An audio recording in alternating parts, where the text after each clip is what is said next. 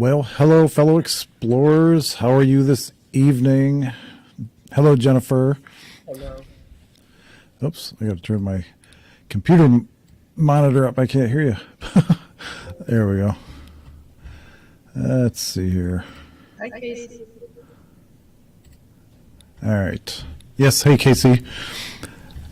Casey, do you hear an echo from either one of us? Go ahead and say something, Jennifer. Hello, Casey. Can you hear an echo at all, Jennifer? Or Casey?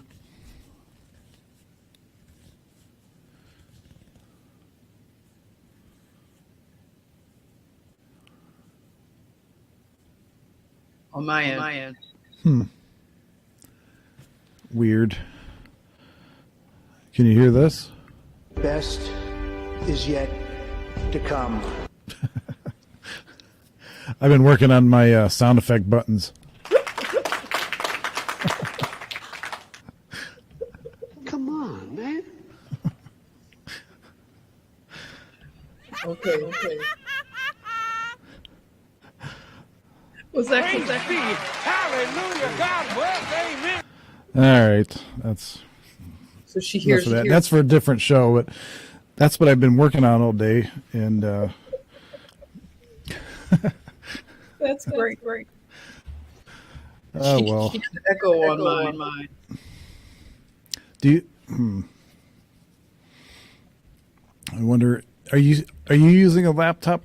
Is that what you use? Yes. I've always used Weird. Let me mute myself. All right, go ahead and say something, Jennifer. I'm going to mute myself. Okay. Casey, are you still here? I think you are. I hear it. Huh. What is going on?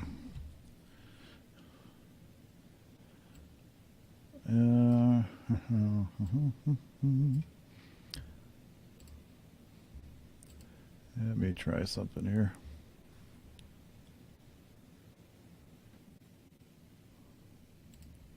Nope, those are all off.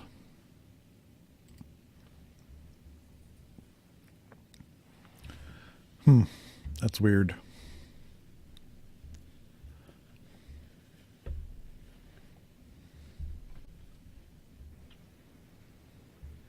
Okay.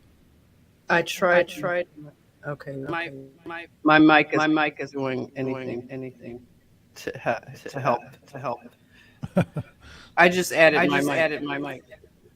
Do you have it selected in StreamYard? Mm-hmm. In the audio under the drop down? Let's see. Yeah, it's still selected. And I'm hearing that. And your because I wonder if you like the speaker, whatever's coming out of your laptop speaker is going into the microphone. I mean, you don't usually have a problem with it. That's what's weird. No, I don't. Still echoing. Oh boy. Well, let's see here.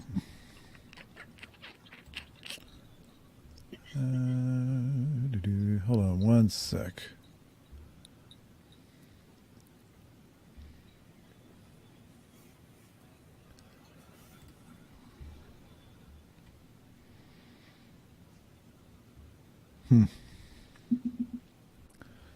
Well,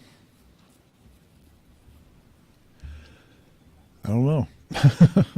Is it like really bad that it like you can't listen to it bad, or is it just like in the background? Did you hear Casey? She said we good. Twice the This is so crazy, Casey. It's never happened.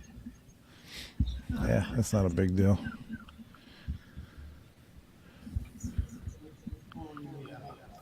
There's nothing on the settings here.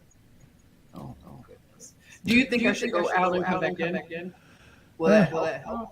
Maybe try it. But with that microphone plugged into your laptop, just make sure in Windows that microphone is selected, and make sure the laptop is like in front of you, like in front of the microphone. So like the microphone is closer to you than the laptop. And then make sure in StreamYard under settings that particular microphone is selected and not the Windows default or whatever it happens to be. Okay. Right. I'm gonna go back. See you in a minute. Okay.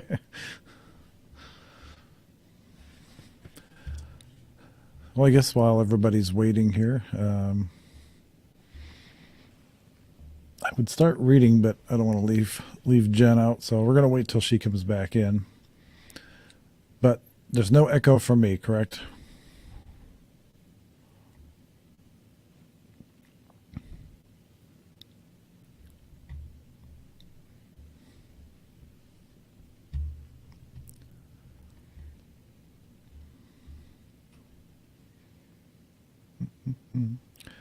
Maybe we can play some music while we're waiting here. Let's see, what kind of background music do we have?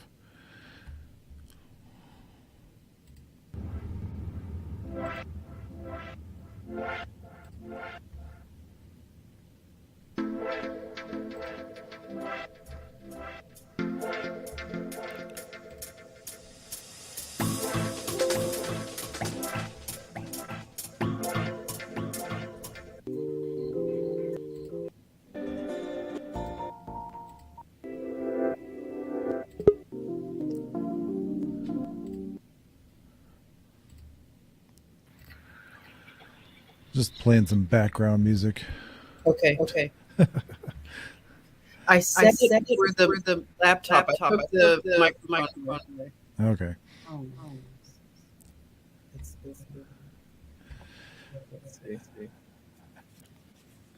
Maybe it couldn't handle that video. Maybe it screwed up your laptop. How about this? Still. The settings are all, for the laptop.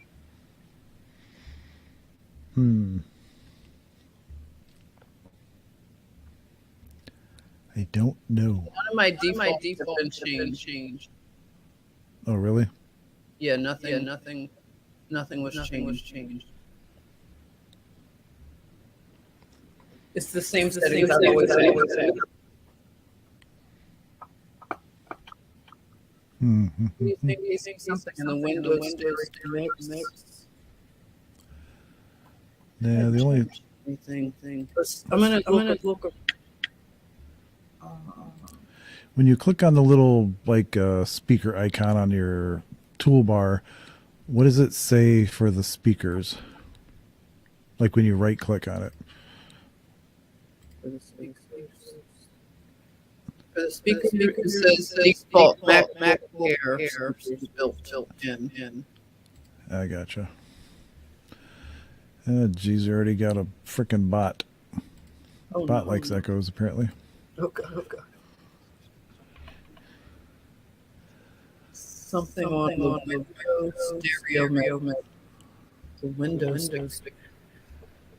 Let's see. I'll look.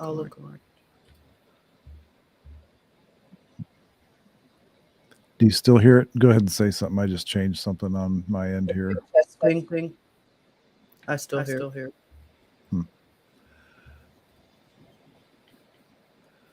Weird.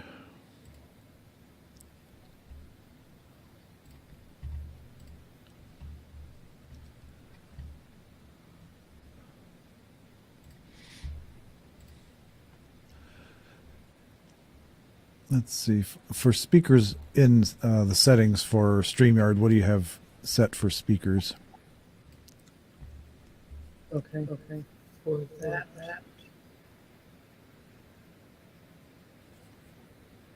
It says MacBook built-in speakers. So everything is going through that I'm on. Microphone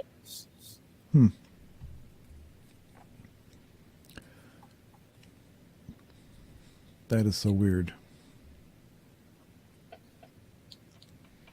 I've never had this. Let me see. I'm gonna look.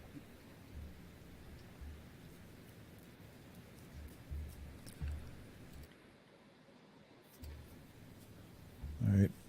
Go ahead and talk some. I'm going to mute myself and see if that changes anything again. Testing. Weird. That is so weird.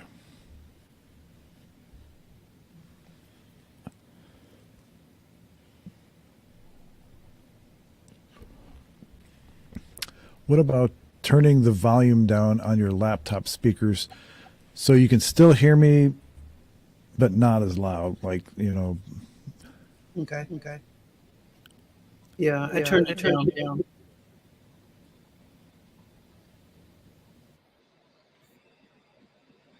I'll try talking.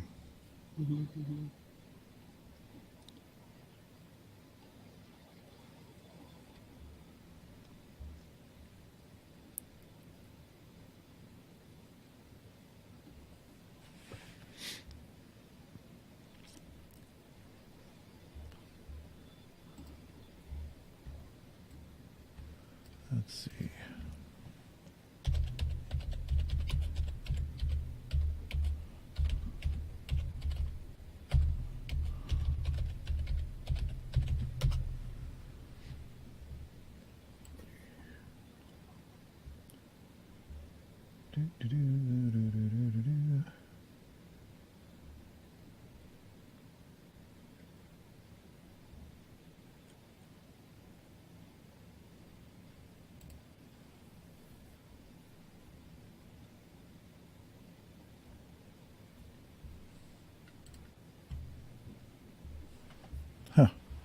I don't know.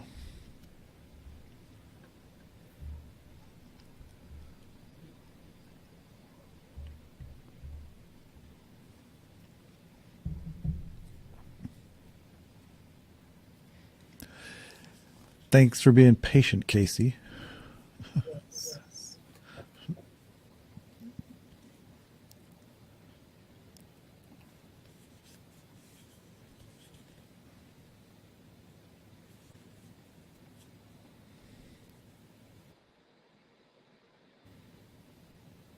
Do you have like the earbuds just in case? I'd have to look. I don't have them right by. I've got it. One moment, okay. Okay.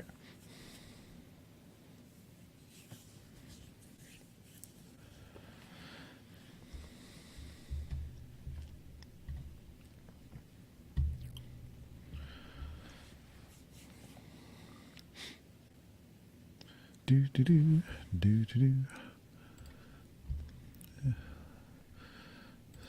Check out this background music again.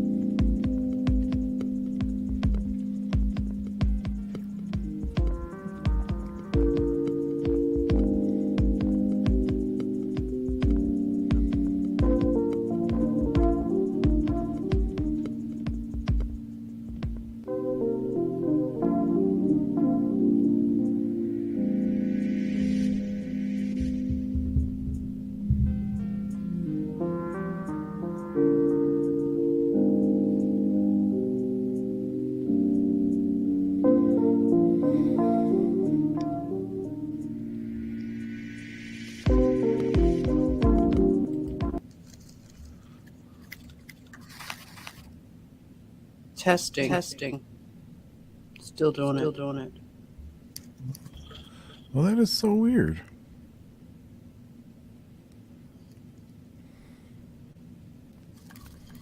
I have to be this close because the wire somebody must have messed with my wire. Changed it out.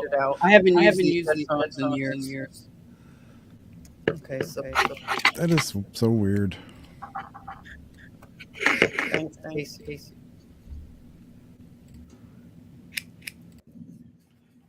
All right. So amount of ideas. I don't have more headphones. That's not a big deal. We'll figure it out. So I changed some things on my end too. If I'm going to try an experiment. So Casey, I want you to listen. Jennifer, if you would just turn the volume all the way down on the speakers on your laptop and then start talking, because I want to see if Casey can hear an echo with the speakers all the way off. How's that? Just like turn to whatever the volume on the speakers on your laptop. Just there should be a button or something to be able to in your screen somewhere, like on your toolbar or somewhere, to be able to turn the volume all the way down. And then just once it's all the way down, just start talking. Okay.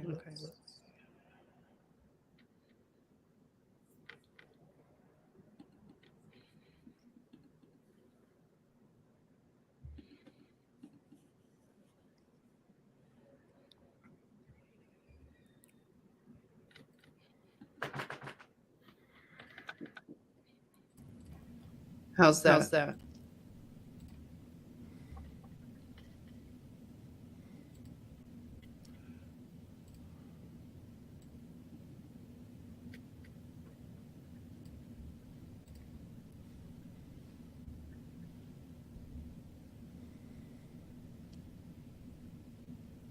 Casey thinks on the StreamYard. Still, yeah. Yeah, I don't know, because mine would be doing it too if that was the case.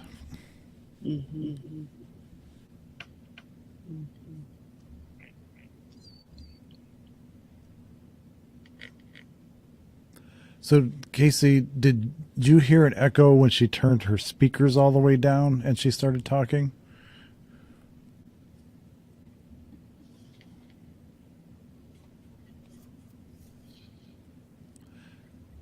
And you said you had echo cancellation on, right? Not stereo.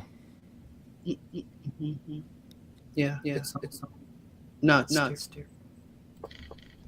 Let me try something here.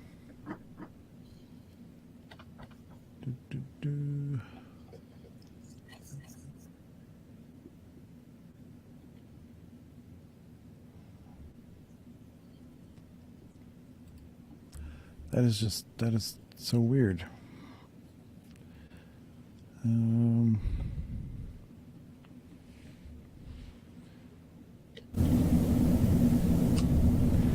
Try it again.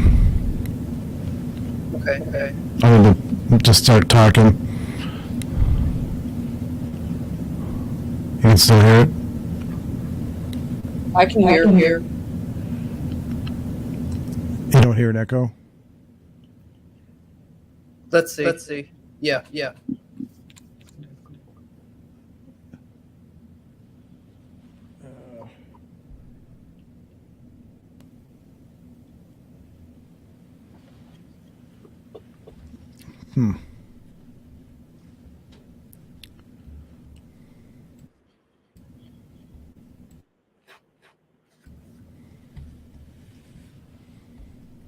Well, let's try this. Let's try one more thing here. Do.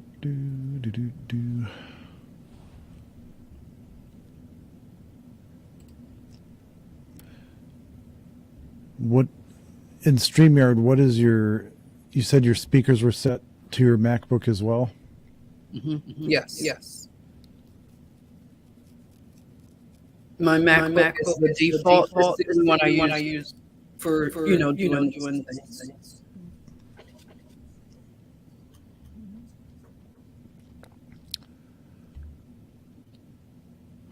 Yeah, because see, on my end, I don't hear the echo from you at all. Oh. So you're not hearing, but Casey hears it. I hear it.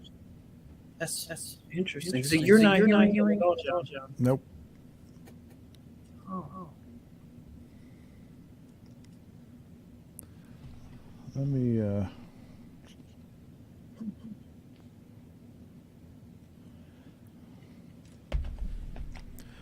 This is so weird.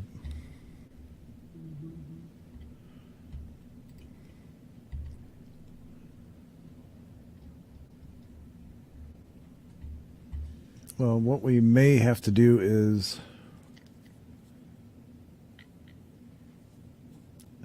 well, what's weird is that when you, with your speakers turned all the way down, that she can still hear an echo. There shouldn't be an echo because there's no other sound going into it other than your voice. So like the speakers aren't putting anything into the microphone. You know what I mean?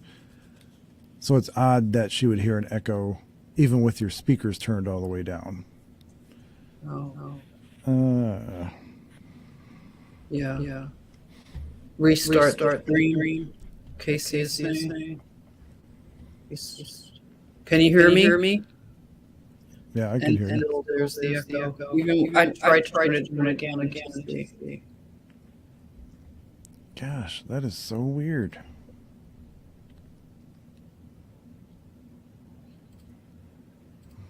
Let me try one thing here.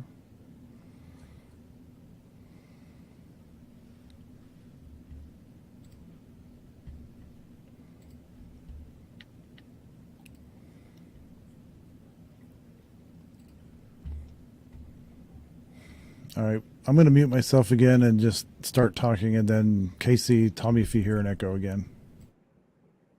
Okay, testing. I still hear it on my end. You hear it?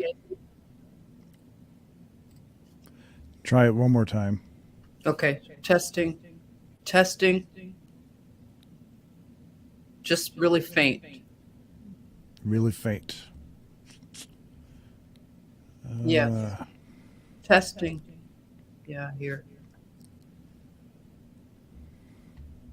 it. Is it as bad or not as bad?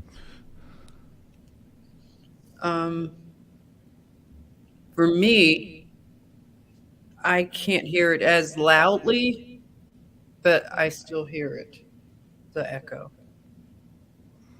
Let's see. Maybe I'll try it from, let me join from my phone. Let me just see if maybe it has a difference. I'll check.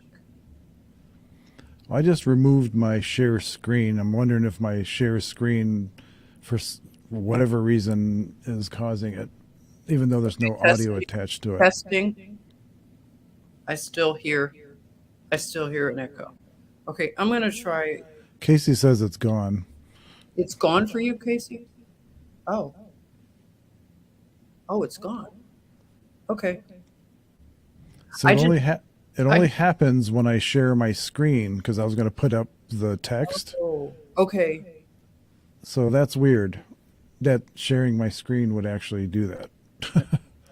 Oh. Okay. Interesting. Let me change a setting real quick here. Okay. And It's good. Oh, good.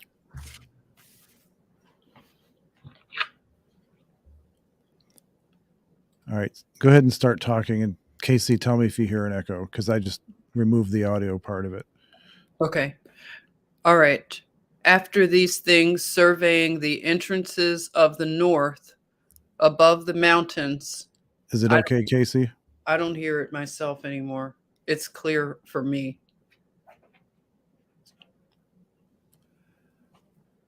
Okay. Well, we'll go with that then. Yeah. Sounds like it's good. Okay. That's weird, because there's no audio associated with this PDF file when I shared my screen. You know how you have to check the little box to share audio? Okay.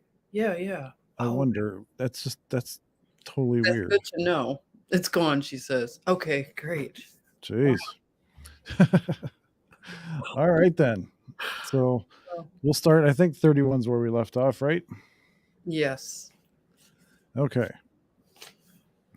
So 31.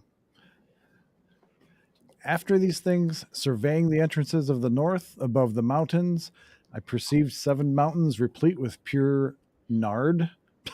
What the heck is nard? Last week we had carnal odor. Now we have nard. So what is nard?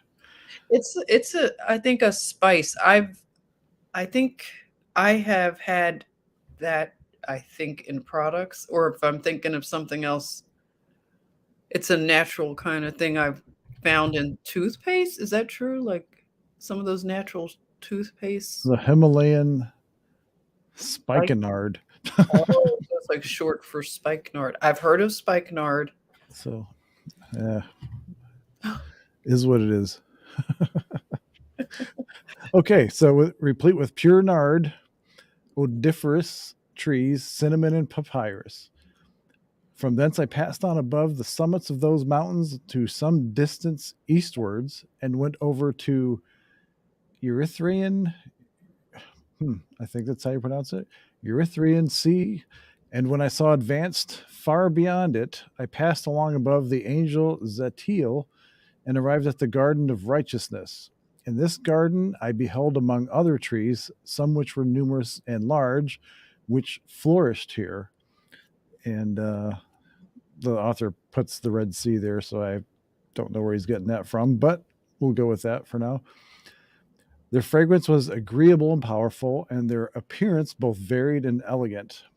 The tree of knowledge also was there, of which, if anyone eats, he becomes endowed with great wisdom. It was like a species of the tamarind tree, bearing fruit which resembled grapes extremely fine, and its fragrance extended to a considerable distance. I exclaimed, "How beautiful is this tree, and how delightful is its appearance!" Then the holy Raphael, an angel who was with me, he says that every line, every time he mentions an angel who is with me, answered and said, "This is the tree of knowledge, of which thy ancient father and your aged mother ate, who were before you, and who, obtaining knowledge, their eyes being opened, and knowing themselves to be naked, were expelled from the garden." The author interjects here, Raphael does not say that Adam and Eve were Enoch's actual father and mother, but they were in the sense of being his ancestral parents. Well, duh. Well, they weren't his actual parents. They're everybody's ancestral parents, technically. I mean, geez. Yeah, right. All right, so I just find it interesting that where was it? That he arrived at the Garden of Righteousness. So again, it's like referenced as an actual place. We've heard it referenced many times already, and in the Bible, and actually in the Bible once or twice, whatever it was. Arrived at the Garden of Righteousness. Except I don't know if the Bible calls it the Garden of Righteousness. The tree of knowledge was also there, of which anyone eats, he becomes endowed with great wisdom. Since I was a kid, this whole idea of the tree of knowledge and eating from it has intrigued me. Right. And it's like my question before, being a new Christian and before not being saved, and one of my questions was always, why is that a bad thing? Was it only because God told him not to, or was it because God didn't think we were ready to have that knowledge? Because to me, if we were his favorite, like creation, why wouldn't you want us to have the wisdom from the tree of knowledge? Why would that be held back? So there had to be a reason for it. And I apologize if I seem stupid about this subject, but I'm curious. It's something, I'm sure I'm not the only one that has that question. No, you're not. Everybody, I mean, even as a child, I struggle with it, because I would have asked, like, why is it there if it's not supposed to be eaten? Why have it there in the first place to tempt people? I got curious in that way. So I understand. I don't think it's a stupid, thing to wonder, because it does, it makes you wonder, like, is this like, that's where I think some people that don't have the kind of faith they need, enough faith to Hmm. trust God, that they feel that it's a trick. Like, why put that there like a snare? Right. But on the other hand, you can see that they had it made, and they didn't have to do anything but just walk with God and trust him, and he provided everything in that place for them. So if he asked them to not do something, I just think, based on the principle of, why would you want to do that and go against someone who's being so good to you? You don't Right. have any needs or wants or nothing, imposing on you, nothing, just pure goodness. Why risk it for knowledge? Because I think knowledge in itself is a snare, because it puffs us up, as it says in the word. When we have knowledge, we're puffed up with pride.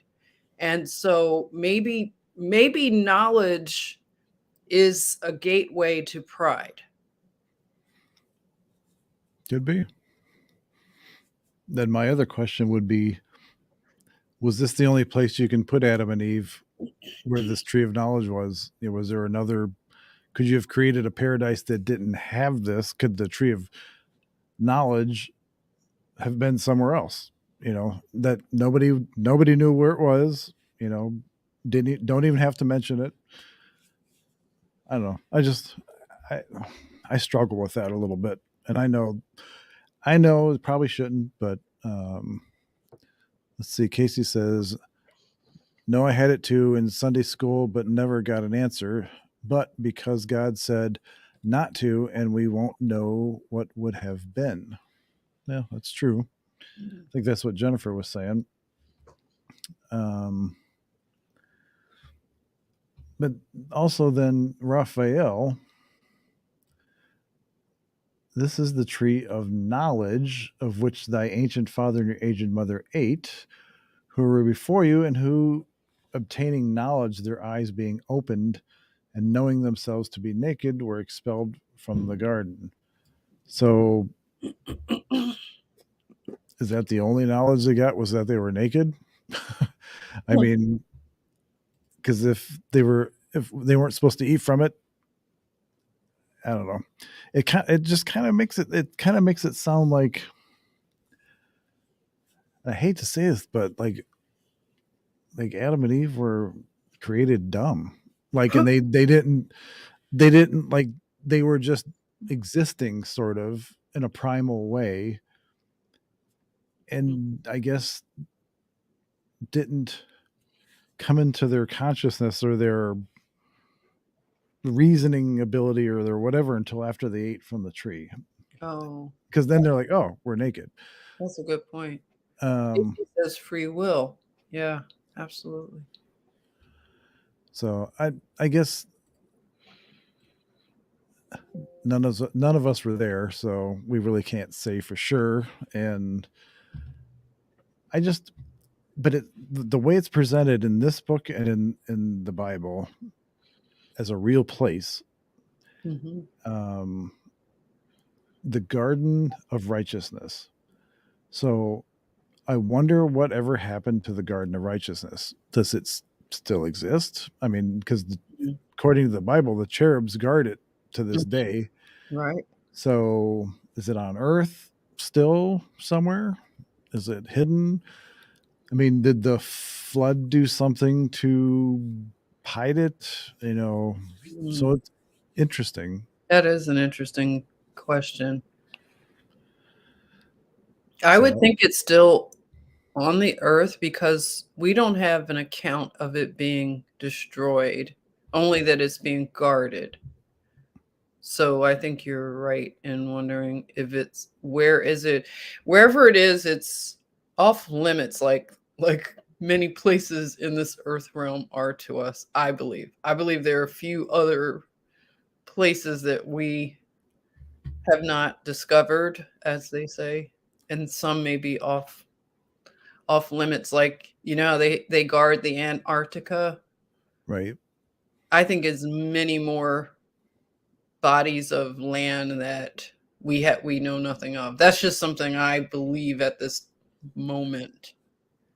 Yeah, I find it interesting too, speaking of Antarctica, that Admiral Byrd describes a massive land beyond where he was, like beyond what we consider Antarctica, like the size of the United States is kind of how what he was hinting at.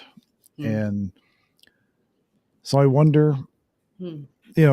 if that's where a lot of the stuff is actually at, especially if you believe in the theory of the hollow earth and that kind of stuff. And Admiral Byrd had talked to these beings that had been there for a long time. Like he kind of made it or implied like they were the original, like they have been here forever. Like they've been here longer than people have. So and the way they're described, they're almost described because they're described as like tall beings, like with like Nordic features, like blonde hair, Right.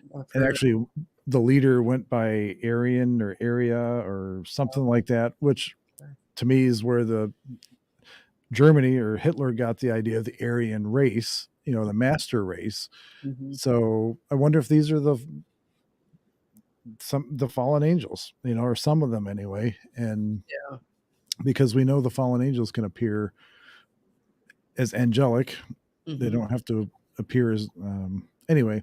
It's just the whole thing. There's been a lot kept from us, and it's hard to try and piece things together, right, from hearsay this and somebody says that, and little maps of this and little accounts of this, and so you're kind of taking a lot of anecdotal evidence and you're trying to piece it together. So I have a feeling though sometime that's going to change. Like it's like, here you go, here's your real history, here's what happened, this is all the knowledge you need, yeah, so we'll see if that happens, but yeah, I'm hoping that's what happens.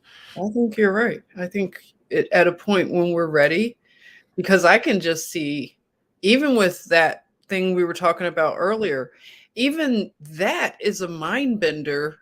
I know it's like I'm talking about something, Casey. I'm sorry. It's this video that's been going around. If you watch, John said he shared it already, but I saw it for the first time, Casey, of let me stop putting the in front of Ukraine. That's a bad thing I keep doing. So, Ukrainian president Volodymyr, he's some kind of comedian and possibly a dancer in a really strange group, and he's wearing like really strange clothes.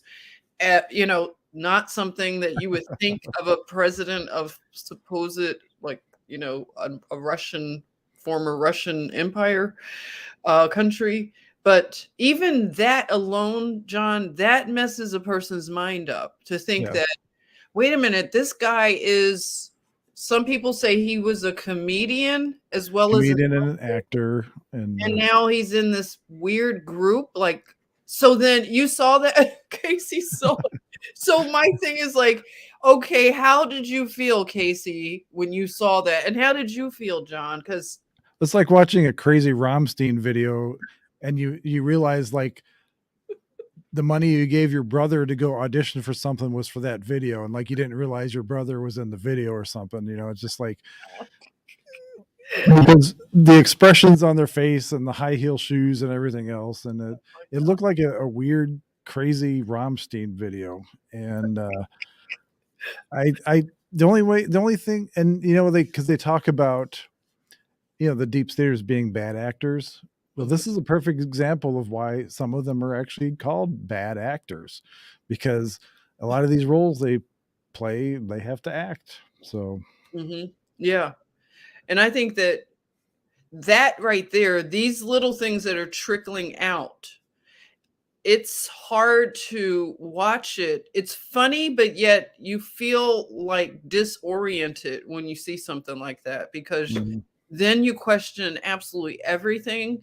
And I think that's where we're about to shift into something as more information does you know, open up to us, we also have to be prepared for how it'll make us feel.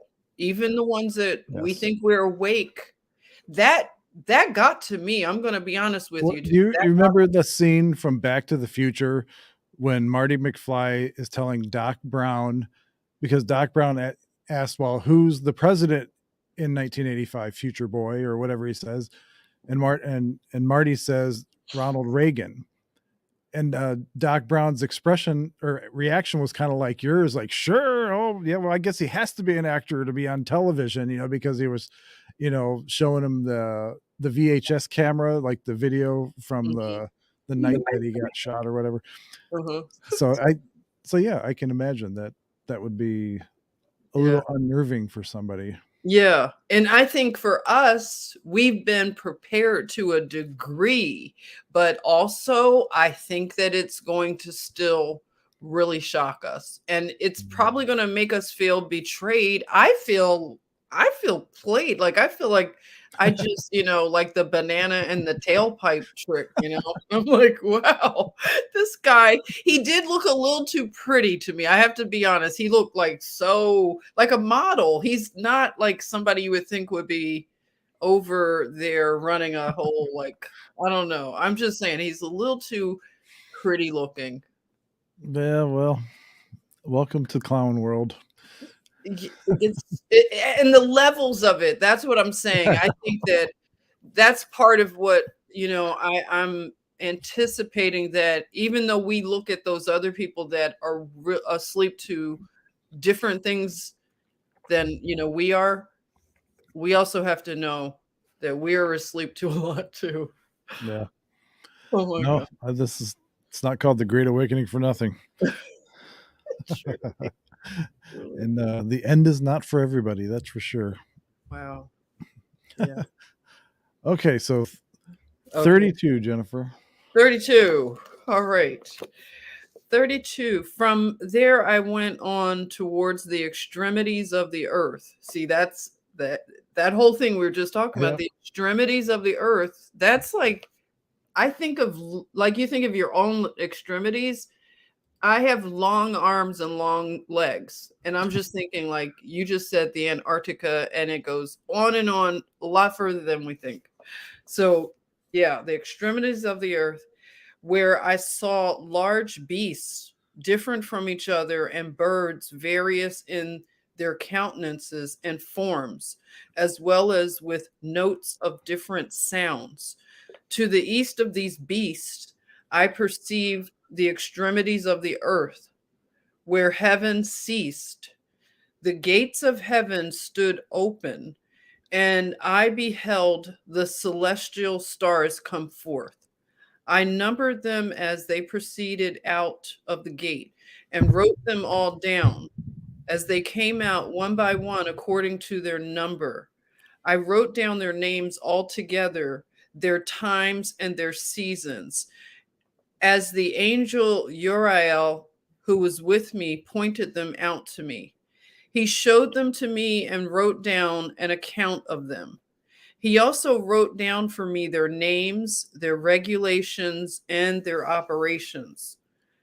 From where I advanced on towards the north to the extremities of the earth. And there I saw a great and glorious wonder at the extremities of the whole earth. I saw there heavenly gates opening into heaven, three of them distinctly separated. The northern winds proceeded from them, blowing cold, hail, frost, snow, dew, and rain. From one of the gates they blew mildly, but when they blew from the two other gates, it was with violence and force. They blew over the earth with strength. Oh my. That I've just never heard talking like this or writing like this. This is so it's exotic to me, even though it's being said in really simple.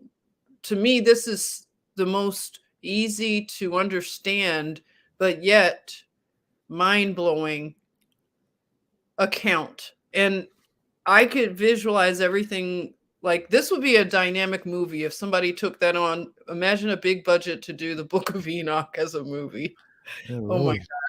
would that be crazy? I would just be like, oh my God, I want to help out on the set of this movie. I'll like volunteer. But I can just see, like, okay, we were just talking about Antarctica, and I'm still thinking, like, they keep saying the north. And when you think the north, literally the north of this terra firma.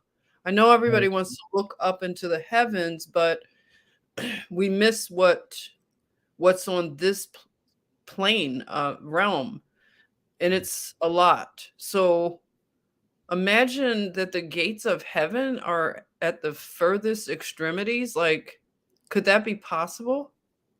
That it's physically on this? I don't know. Am I going crazy right now? I always thought of the Book of Enoch as some of the account or the way it's described is almost like he's describing a created world, not like not like God's type of creation, but just like something was created for us. I mean, the way it describes, or he describes the winds and other things, it almost sounds like it's mechanical, like the winds come from a machine or something, I in a thought that specific too. spot. Yeah. I thought Um, that when when you said that, I was thinking of turbines and yeah, exactly. literal machinery. Like, okay, if we were on, like, I'm thinking if Enoch were made into a movie, but imagine like having to portray what I just read, and it would be like, oh, machines, that produce this snow and everything. Why not? Why wouldn't God have machinery? I mean, when you think about it, why couldn't he have machines that do all this stuff? Something physical that we would call a machine. That's weird because the way stuff is described, like in verse 2, to the east of these beasts I perceived the extremities of the earth where heaven ceased. The gates of heaven stood open, and I beheld the celestial stars come forth. So some kind of gate was open to the stars, and the stars started coming through this gate, through this. Um, Mm. it says, I numbered them as they proceeded out of the gate, and wrote them all down as they came out one by one, according to their number. I wrote down their names altogether, their times and their seasons, as the angel Uriel, who was with me, pointed them out to me. He showed them all to me, and wrote down an account of them. Um, let's see. From thence I advanced on towards the north to the extremities of the earth, and there I saw a great and glorious wonder at the extremities of the whole world. I saw their heavenly gates opening into heaven. Three of the distinctly separated, the northern winds proceeded from them, blowing cold hail, frost, snow, dew, and rain. From one of the gates they blew mildly, but when they blew from the other two gates, it was with violence and force. So, like, all these gates working together can make it bad for you, I guess. They blew over the earth strongly.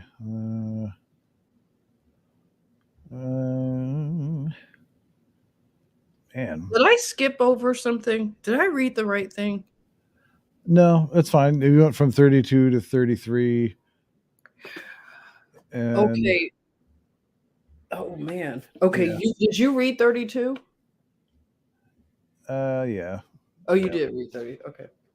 I I got read 32 and 33, so 34 is basically where I left off. okay. All right.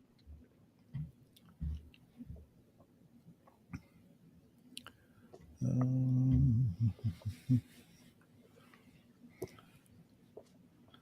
Okay. Oh, sorry.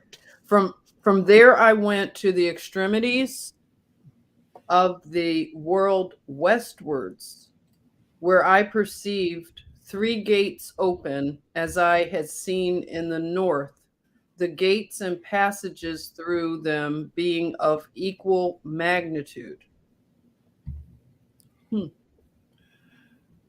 It's kind of weird because, like I said, the whole impression I've gotten from the entire Book of Enoch is that his description or his account, even with the angel Raphael here, that he's describing almost something mechanical and of a specific function. Mm-hmm. Because Enoch describes the three gates. So he saw three gates open to the south, from which issued dew, rain, and wind. We already know that the one from the north, the three gates, did the where'd it go here? Hail, frost, snow, dew, and rain. And in verse 35, or excuse me, chapter 35, then I proceeded to the extremities of the earth southwards, where I saw three gates open to the south, which issued dew, rain, and wind. From there I went to the extremities of heaven eastwards, where I saw three heavenly gates open to the east, which had smaller gates within them, though each of the small gates, the stars of heaven passed on and proceeded towards the west by a path which was seen by them, and that at every period of their appearance. I love how they write this stuff. It's like I almost feel like I almost feel like this is almost a lot of extra words to say something small. Like this is like going on and on about something maybe not as significant as you'd lead them believe. Let's see. Sarah says, "Hey guys, thanks for the reminder of your live tonight, Johnny." Thank you, Grace. Thanks for coming on. The thing that I like in verse 3, Enoch says, "When I beheld them, I blessed every time in which they appeared. I blessed the Lord of glory, who had made those great signs that they might display the magnificence of this works to angels and to the souls of men, and that these might glorify all his works, and operations might see the effect of his power, might glorify the great labor of his hands, and bless him forever." There's no chapter 36, apparently, according to this. Yeah. This whole, I think, to put it in perspective, people have to realize the Book of Enoch ultimately is about about end times, about the rapture, the coming of the second coming of the Lamb. Mm-hmm. And Hey, Sarah. I think the Book of Enoch was merely the beginning of wisdom, and according to his ability to comprehend, God did not reveal to him what he could not understand. Well, I'm having a hard time understanding what he's revealed already. It's like, can't even imagine like holding back.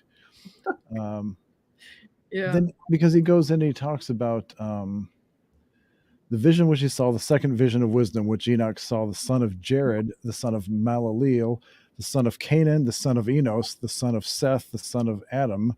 This is the commencement of the word of wisdom, which I received to declare and tell to those who dwell upon the earth. Hear from the beginning and understand to the end the holy things which I utter in the presence of the Lord of spirits. Those who were before us thought it good to speak, and let not us who come after obstruct the beginning of wisdom. Until the present period, never has there been given before the Lord of spirits that which I have perceived wisdom according to the capacity of my intellect, and according to the pleasure of the Lord of spirits, that which I have received from him, a portion of life eternal. And I obtained three parables which I declared to the inhabitants of the world. So the author says the Book of Enoch was merely the beginning of wisdom, and according to his ability to comprehend, God did not reveal to him what he could not understand. So we live, to put this in kind of perspective, we live in a time of revelation. So, yeah. I mean, if you think about the time that we live in right now, currently, how appropriate the Book of Enoch is, compared to like other books, like the Book of Zechariah, the Book of Michael, Revelations. I mean, there has to be revelation first.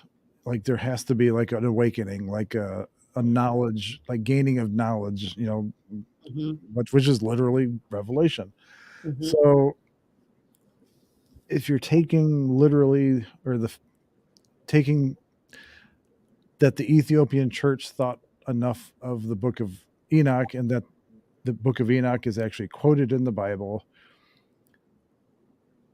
it's just it kind of puts in perspective a little bit. If you take this literally, like you take the Word of God, like you take the Bible, and you were to take this just as literally, with a few things that you kind of have to interpret on your own, because I'm sure the way this was interpreted was not necessarily literally.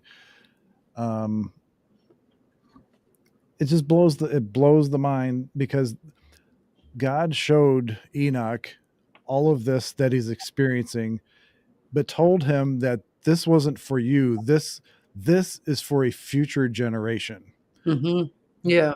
And I can't help but think this is that future generation, or very, very close to that future generation that God was referring to, Yeah. and was presenting this to Enoch and saying, hey, you don't necessarily have to worry about this right now, but you have to tell your ancestors, so they Mhm. can pass it down and know that this will happen in a future generation. So Right. Right. Yeah. God, that was a really long-winded, just to get to that point. No, I think it's awesome because you know how we always hear about how the dark kingdom, people can become writers of songs and literature where they will say they get an entity that inspires them. So they're under the inspiration of that entity to write this song or to write this piece of, fiction. And basically they say they channeled this entity. So why can't it be something where, because the enemy always mimics what God does. So he Mhm. didn't come up with that. That's not his creation.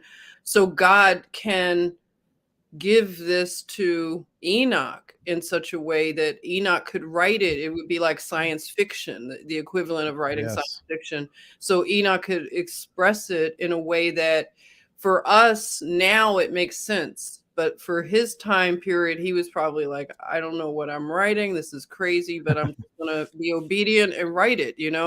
So, or maybe not. It might have just all made sense to him at the time. And he just knew that it wasn't for the time that, timeline that he was Right. in. It's amazing though. It is. There's a lot. Every one of these chapters, there's a lot to them. Even though some of them are small, there's a lot going on in A a lot, lot of those chapters, a lot. and a lot Yes. to digest. I mean, It sure and you is. hit it on the head that back then this probably would have been considered like Jules Verne, like 20,000 Leagues Under the Sea, or Journey to the Center of the Earth, or something, some kind of Yeah. fiction, some kind of fantastic whatever. Like, Mhm. I can just see Enoch sitting around with the boys at the table or something like that, and hey, I got to tell you about this journey I had with the angels, and God showed me this and that, and yada yada yada, and they're like, yeah, I can almost picture like Will Smith's face, like when he does that, Right. like in, like, yeah, right, yeah, you know, Oh, have that's another have interesting. another beer. You're right. Sarah says she's a Christian fiction writer. So that's how her Yeah, process is. She prays before. There you are. yeah, there you go. See, it doesn't have to be so like I make things harder than they have to be. But that right there just confirms. Thank you, Sarah Grace. Wow. Oh boy. So do you want me to read that first parable? I like the fact that this is a new parable that we haven't even you guys may have heard of it. I haven't read ahead. I want it to be a natural reaction. There you go. We Okay, could so be like one of those YouTube. I don't know if those kind of videos seem to be really popular. Those reaction videos or whatever. right, right. That's what I've been doing lately. I've been doing reaction things where I read the thing for the first and I'm thinking, wait a minute, I have to go back and read that again. So it's like really natural. Like you got these girls or these vocal coaches, like they're seeing like Iron Maiden, "Hallowed Be Thy Name" for the first time, and all this. It's just it's funny to watch some of them, and I can see why they're popular because, Yeah, or why some of these people have channels and that's all they do. exactly. I Um, can see that. like Yeah. this one guy on this one particular video, he had like 2.4 million views. Whoa. I mean, it's been around for like a couple of years, but still, I mean, That's 2.4 million views that's for a reaction video, and amazing. Yeah. I'm in the wrong business. Oh boy. Okay, 38 is all yours, Jennifer. 38. The first parable. Are you ready? All right. So when the congregation of the righteous shall appear, all sinners shall be judged for their sins and shall be driven from the face of the earth. And when the righteous one shall appear before the eyes of the righteous, whose elect works hang upon jaw of spirits, and light shall appear to the righteous and the elect who dwell on the earth. Where then will be the dwelling of the sinners, and where the resting place of those who have denied Jah of spirits? It had been good for them if they had not been born. Whoa. When the secrets of the righteous shall be revealed, and the sinners judged, and the godless driven from the presence of the righteous and elect, from that time, those that possess the earth shall no longer be powerful and exalted. Yay. And they shall not be able to behold the face of the holy, for Jah of spirits has caused his light to appear on the face of the holy, righteous, and elect. Then shall the kings of the mighty perish and be given into the hands of the righteous and holy. And thenceforward none shall seek for themselves mercy from Jah of spirits, for their life is at an end. Ooh. Yeah, see, that reads just a little bit different than this version. Most of it is very similar, but it changed the basic part of it changed when it got down to the fourth verse here. Okay. This one says, "From that period, those who possess the earth shall cease to be powerful and exalted." That's kind of similar to what you said. "Neither shall be capable of beholding the countenances of the holy, for the light of the countenances of the holy, the righteous, and the elect has been seen by the Lord of spirits. Yet shall not the mighty kings of that period be destroyed, but be delivered into the hands of the righteous and the holy, nor thenceforward shall any obtain commiseration from the Lord of spirits, because their lives in this world will have been completed." I guess they say it nicer, like their lives will have been completed. Completed. Like Okay. you're done. It's complete. Wow. Your life is complete. Wow. This is powerful. And then the author of this says, or whoever's doing the commentating says, this passage resembles statements made by Jesus and Daniel. Jesus said it would be better had Judas never been born, and referred to the elect. Daniel said the kingdoms of this world will be handed over to the righteous. This will happen at the start of the millennium reign of Christ. So, and we know that the millennium reign of Christ has not obviously happened yet. If it has, then he's keeping it pretty quiet. Like, and I've always had that question. I think I've brought this up before. It's like if Jesus were back, if this was his time to rule again, and he's going to start flipping tables and that kind of stuff, and this was like his millennium reign, would we know that he was here? I mean, would he announce himself? Would you have to figure out that this was Jesus? I mean, I would imagine you wouldn't have to figure it out, because you would, as with previously before he's crucified, you kind of knew who he was by his actions and by his deeds. So I'm just curious, if that's something, if that's something that modern man is, the mentality that people have today, even in religious circles in the church, if he walked into a sermon and sat down, if anybody would know who he was without announcing himself. That's a good question. Yeah. I would think that a lot of people would be heartbroken to know that they probably wouldn't know it because, not to make all of us feel guilty, but it's about the amount of time and quality time you spend with someone, Right. to really know them. And we get so distracted in this life and, we don't really spend enough time with him to probably know if he was in our presence like that. Yeah, which is kind of scary, but I think that's changing. I think there's a lot. I think as people move away from the construct of religion and more to the like walking in the spirit of Christ, I think people are becoming more attuned to the spirit and they're allowing the spirit to enter their lives, and there isn't like an active, maybe not an active, but there isn't like a roadblock to that. And to me, my own personal opinion, I'm not the only one that thinks this. Even just knowing as a kid, it seems like the construct of religion is almost a roadblock in itself to your relationship with God. I agree.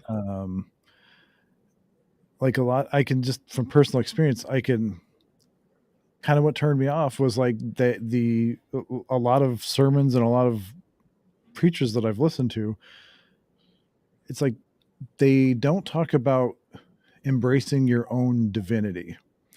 And to me, that's like a big part of walking in the spirit is embracing your own divinity. And even Jesus said that, however, that phrasing went, like you can do the same works as I and even greater, implying that you have the same ability, you can do anything that I can do and better or more kind of thing. I just don't think that's taught. Like the concept of like, hey, you have to embrace your own divinity to open your eyes and to open your heart and your mind, to the Lord of hosts. And again, another long-winded circle there to get to that point, but I can just see my wife, her eyes are rolling in the back of her head somewhere. I'm sure not. When you say divinity, explain, like, can you tell me what you mean when you say divinity? Because I'm starting to, like, I have to discern, like, when you say it, what do you mean exactly? When you say our divinity, is it based on Christ alone, his divinity, that when he says greater, you'll do No, great works through him, or how do you mean it? Like, I just wanted to know. like if you're truly walking in the spirit and you're truly, you know, connected to the mind of like you're connected to God, it's always been said that man has always been sits basically at the top of the hierarchy, um, even above angels. And we always refer to angels as divine beings or as divine creations. I mean, we are a divine creation. So being a divine creation and not just some meat puppet, kind of thing, that a talking monkey, as it were, we're should embrace our seed, like our that spark of divinity that was given to us, like put into our soul, put into our whatever you want to call it, into our being, to be able to communicate with God directly. So to me, you have to be divine or in some way divine to be able to communicate with God, to be able to send and receive, and I don't know if that's making any sense, but I kind of hear what you're saying. I just wanted to make sure, like, only because, like, I know that there are, schools of thought that because I ascribe to some of that in the past, like in terms of the God in you, but it was more so from, like, I got caught up in the kind of stuff um that said that we were gods. And I know it even says in the Bible, you are gods with a small g. But then being that we have this fallen nature and we also die, our flesh dies, so we're not gods in that sense. Like, Right. we get old and we get ill and we die. We need glasses. I wear glasses, and I'm thinking, like, gods. I don't know. I don't know. I'm getting off on it. Oh no, that's fine. I like I the was only just the wondering only what way I can think of it is like a divine, like we have a divine spirit, like we have a divine where we're spiritual beings Mhm. occupying this monkey suit, this meat suit, so to speak. And excuse me. So I feel like that some of the things that Jesus said, and some of the prophets and apostles, it seems like it's there. People just kind of don't pay attention to it. It's like we need to take, like, we're not giving ourselves enough credit, kind of thing, for the amount of love we can have and the amount of good we can do, and having that true God consciousness, God connection, to be able to heal, and to even heal with words. We always talk about words, how powerful words are.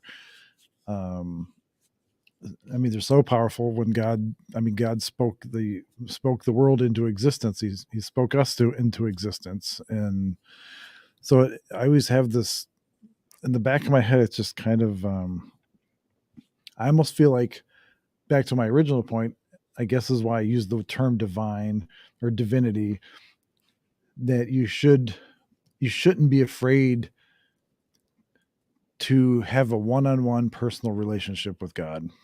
Mhm. And where I grew up, I don't know if it was the way it was just taught in those schools and churches, but it almost felt like, looking back on it, almost felt like it was like, yeah, it's good to, have a personal relationship with God, but you need to listen to me.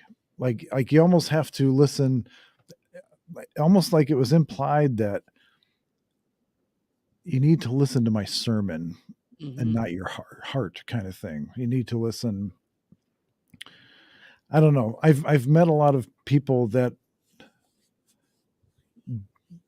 do very well, and I feel comfortable with, as far as explaining and helping with that relationship with God. Like Charlie Jordan, for example. Mhm. Um, he says things to me in a way that doesn't get in the way of my relationship with God.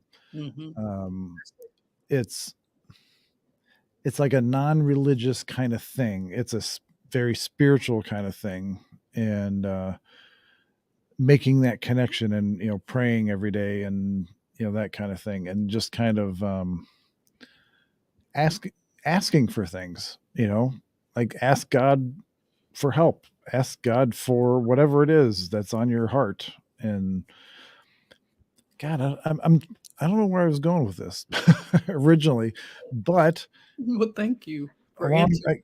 I don't know, I guess that might have confused it a little bit more, but um I just feel like there's more to our relationship with God, that it seems like certain areas, like like certain types of sects of Christianity. I'm not going to name any specifically. I just grew up like in Southern Baptist or whatever, but Mhm. it just seems like it's all about the glory of God and this preacher and his connection to God, Mhm. and showing examples of different things, but not really talking about individual relationships with God. Mhm. And so I don't know. I I get where you're coming from. Like, I just wanted to, like, I'm glad you clarified it. I appreciate that. Nice, Sarah. So, Sarah, thank you. God speaks through all believers in all stages of their walk with Him. Yes, I believe, but that's, I guess, my point is Mhm. to have that walk, to be able to.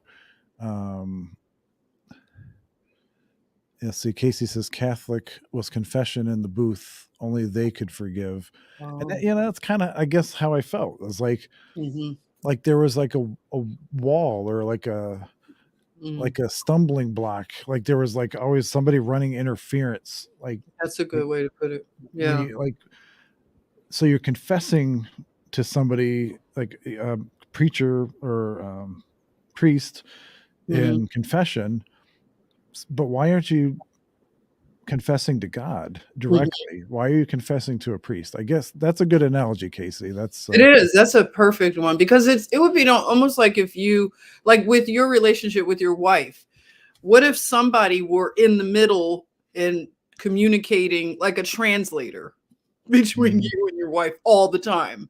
Like, oh, your wife just said this, John. Oh, John, and like, you would be like, why are you here? Like, you're in the way of this relationship.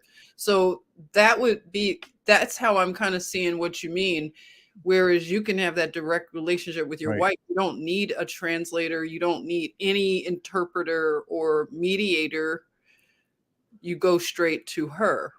right.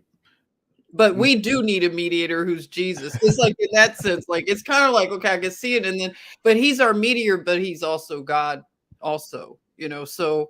Right. But to me, if you were like if it wasn't about religion and it was truly about the relationship with God, as a Catholic priest, I would say I would teach that person how to confess to God and not how to confess to them. Like I would say, well, you don't have to keep coming here. Let me show you, or let me tell you how to have this relationship with God directly. Right, But right. instead, it was almost like a power trip. It Like, is, it is. Yeah, and also another one, I got another one for you, Sarah. We had technical issues earlier. What if I had to travel all the way to Ohio, bring my laptop to John, and he had to see it, and then he did the fixing, and then I went back home? Every time something happened, I have to go physically to John to fix it. He doesn't tell me how to do it, how to fix it. only to find out it was my fault the whole time. No. No. But you know what I'm saying? It's like you could teach someone how to do it so that Right. they're on their own. They're not going to need to keep coming to you. They're going to know how to do this. I don't know. I'm No, just that's exactly what I'm trying to get at. And I guess I just threw a word in there that kind of put a monkey wrench in it. So like divinity. Oh, yeah, that could be a little tricky only because some people believe that they are like God themselves, like they're Yes, I don't believe that. I believe that have your own personal high speed internet connection to God whenever you want it, but you right. have to use it. It's Yeah. like the telephone lines Mhm. right now, they kind of get antiquated and like it has to be replaced. A lot of times stuff has to get replaced because of no use or non-use, like or little use. Mhm. So you got to keep that communication going and keep it, keep it real, keep it fresh, keep it modern, keep it current. Mhm. And so you get in the habit of using it. And Good. let's see, Casey says they made it like they were the line to God. Yeah, exactly. It's like Exactly. Yeah. picking up the bat phone, except it was going to the priest instead of God. Yeah. Yeah. Wow. And then they make you do push-ups or sit-ups or whatever it was, or what, hail marys, whatever it is. Right. Yeah, drop it, give me 20. Right. Or write on the board. Remember when you got in trouble in Yes. grade school? You have to write it 100 times. I Like, will not talk in class. how do you know? And that's seeing that to me, that's like lip service. It's like if you're gonna say, like, I confess something, and then the priest says, well, do say 10 Hail Marys or whatever, this. like how do they know like that Right. God thinks that's the appropriate thing to do to get back on track? That's a good point. So if you're not getting it from the boss, the message is probably getting messed up somewhere. Mm-hmm. Mm-hmm. Casey says, made you feel unworthy to be able to talk to him yourself. Yes. Yeah, that's a good point. Yes. I almost felt, even as especially as a kid, that I wasn't worthy, like like somehow I wasn't worthy to be able to talk to God. I had to talk through a third party. Mm-hmm. So, and that's kind of, I guess, where I kind of, as an adult looking back, I'm a little pissed about that, Yeah. because Yeah. Yeah. I wish I was taught that earlier. I might have had a different outlook earlier. I But agree. And that's why, people that take on the role of pastor, priest, whatever, that's why their judgment is harsher, because look at all the wasted time that we've all, I'm sure, have wasted a lot of time where we could have been going directly to our Father and not wasting all of that time going to another like person of flesh like us, right. Yeah. So it does make you feel upset because it's a stumbling. They've put a stumbling block in our way, and it's very dangerous to them. They're going to have to give an account for what they've done to God's little lambs, because that's how he sees us. It's like, these people lead us astray, Yeah. and they know they're doing it. That's what really gets to me. Like, they do know that they're doing. Oh, absolutely. I mean, if you think about the time period when the Catholic Church really came into being, they tried so desperately to gather power early. Like they were like the ruling body on the planet. Like at one point, like all the way, even people in England, like the kings and queens in England and France and Europe, the only heathens were like the Vikings and the Scandinavian countries. But think about how much power they wielded because they put themselves in that position, Yeah. that basically they were the mouthpieces to God, so to speak, the speaker and the mouthpiece. Like they were, like you couldn't be a knight or a king or like you had to follow the rule of the Catholic Church. Like they were like the letter of the law. So if you went against the church back then, you were pretty much history. Yeah. And they were, I mean, look what happened in like the Crusades, and like Mm. it's it's mind boggling that Um, they got away with it for so long, and to some extent are still getting away with it, at least in the Roman Catholic Church in Rome, not mhm. necessarily the entire Catholic Church, but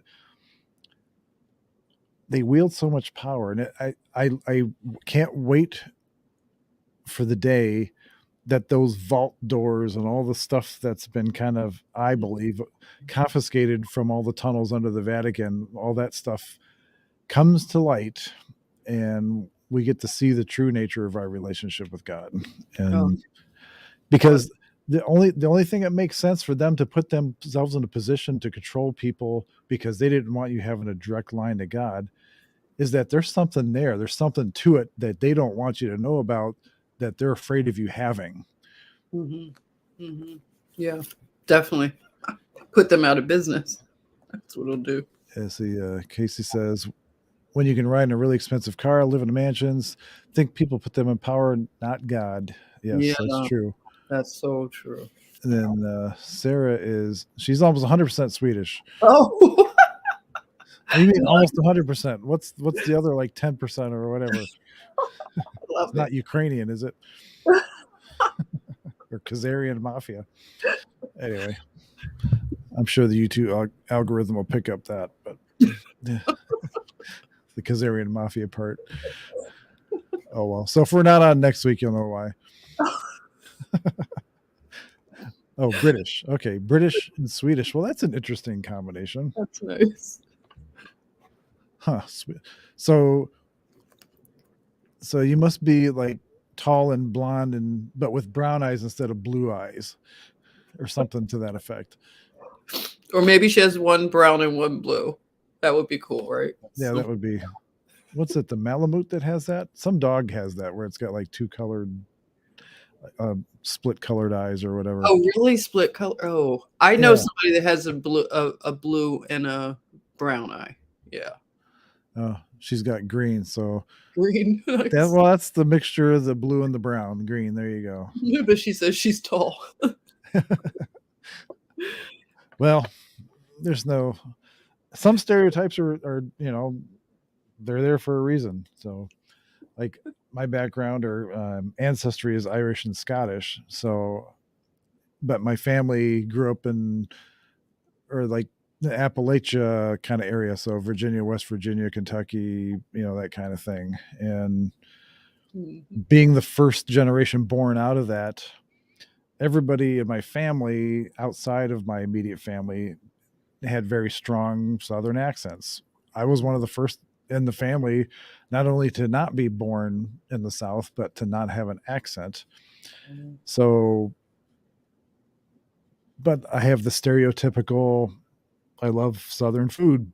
I love fried chicken. I love mustard greens and turnip greens and vinegar. And I like cornbread. I love roasted corn. I love coleslaw. You name it. I mean, you're making me hungry. I And know. tell me, you what do you put in your grits? This is going to determine if he's really Southern. Okay, John. I wasn't a grit kid. You didn't eat grits? No, my mom. I was a hominy kid. I would eat like the hominy. Like, if you ever had hominy, I've heard of hominy. I've had hominy grits, but okay. So your hominy, what did you put in it? Butter? nothing. I ate it raw. You ate it raw? Yes, but as a kid, I didn't need a lot of grits. My mom never. She would kind of let us pick. Like they would have grits occasionally, but I was one of those. Not malto meal. What was the other one? Cream of wheat. I had a lot of cream of wheat when I was a kid. Oh, I see. Okay. I didn't like oatmeal. I didn't like the texture and the look of grits. It looked like snot. It just looked like whatever. I never heard anyone say that. So, okay, your mom did your mom put butter or sugar in her grits? Butter most of the time. Butter. Right? Yeah. See, where I come from, Philly, they make the mistake, and I mean that, the mistake of putting sugar on the grits. Yeah, see, we didn't have, I guess that's why sweets were such a thing for us growing up, because I think still to this day, I get in the habit of, like, after dinner, I have something sweet. But we really never had anything sweet with our food. So the only sugar we had, I will say I did have sugar on some of my cereal, like like Cheerios or whatever. I'd put sugar in there, or even the cream of wheat, because I would only eat the cream of wheat if it had sugar in it. Right. I couldn't eat it otherwise. Right. No, that's normal to me, is a little sugar. But not grits. Grits was always butter. But that's what the Northerners do. They put sugar in the grits, and that shows if you're really a Southerner. That's why whenever I took Julie down to Tennessee, to like the Pigeon Forge, Gatlinburg area, and nice. Because it's one of my favorite areas. I lived there for a number of years, like 6 years, I think, and I just fell in love with the area, fell in love with the people there.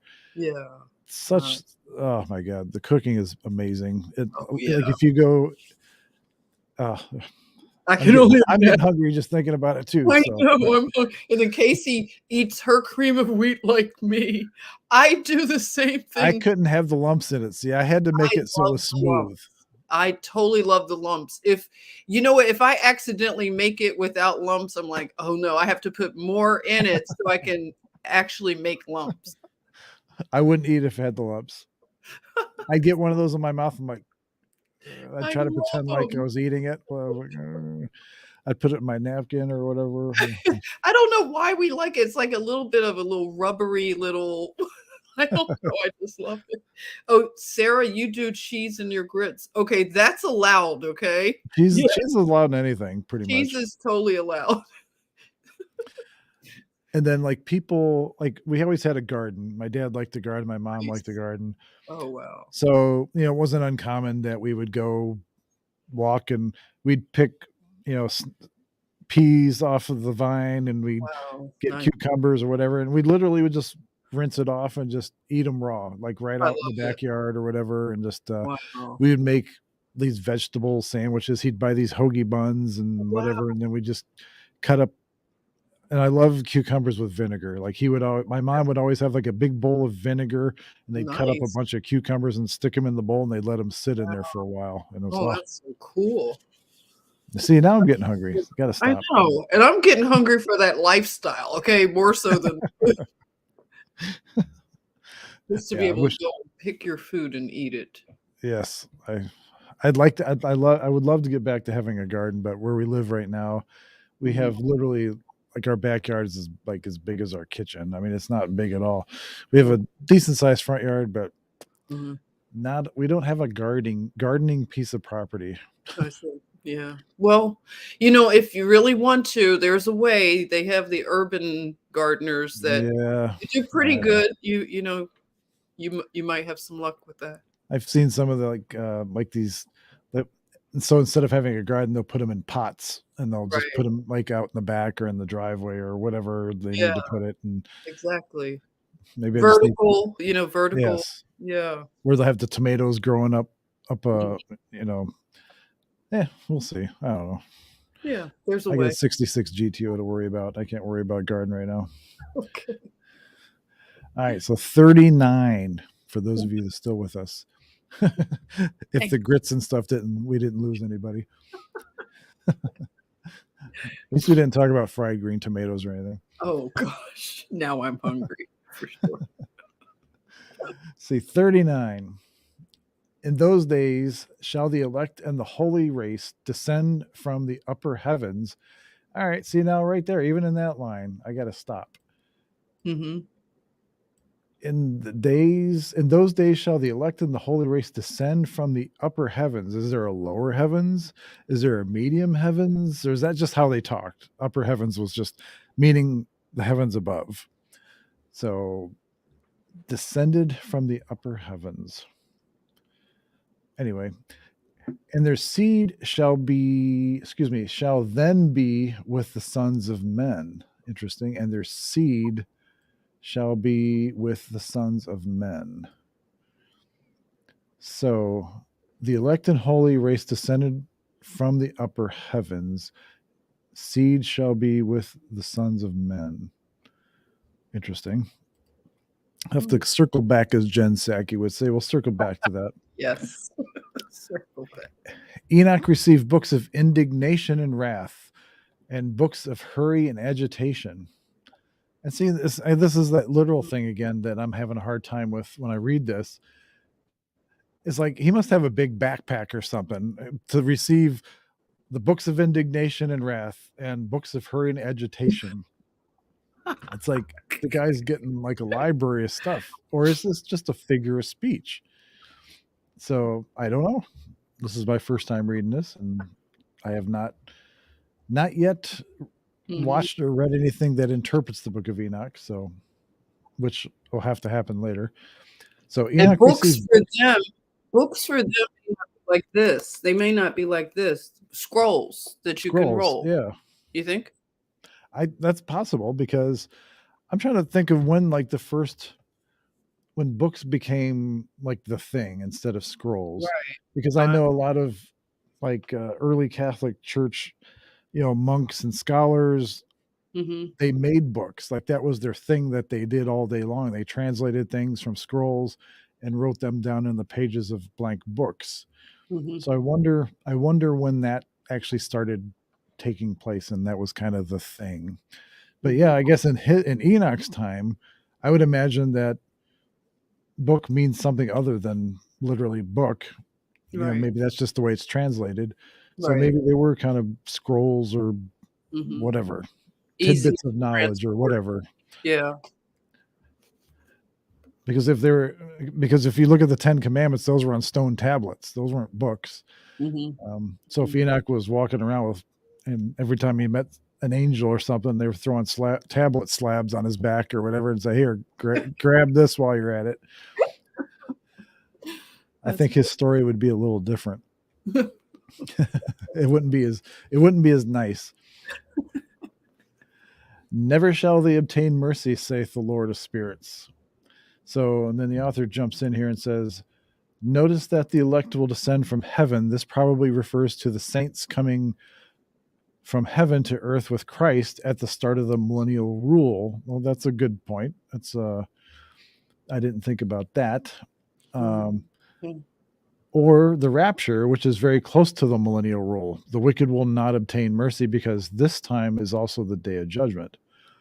So, wow. But I would agree with that. But the thing that kind of throws me is that the seed thing here, and their seed shall be with the sons of men.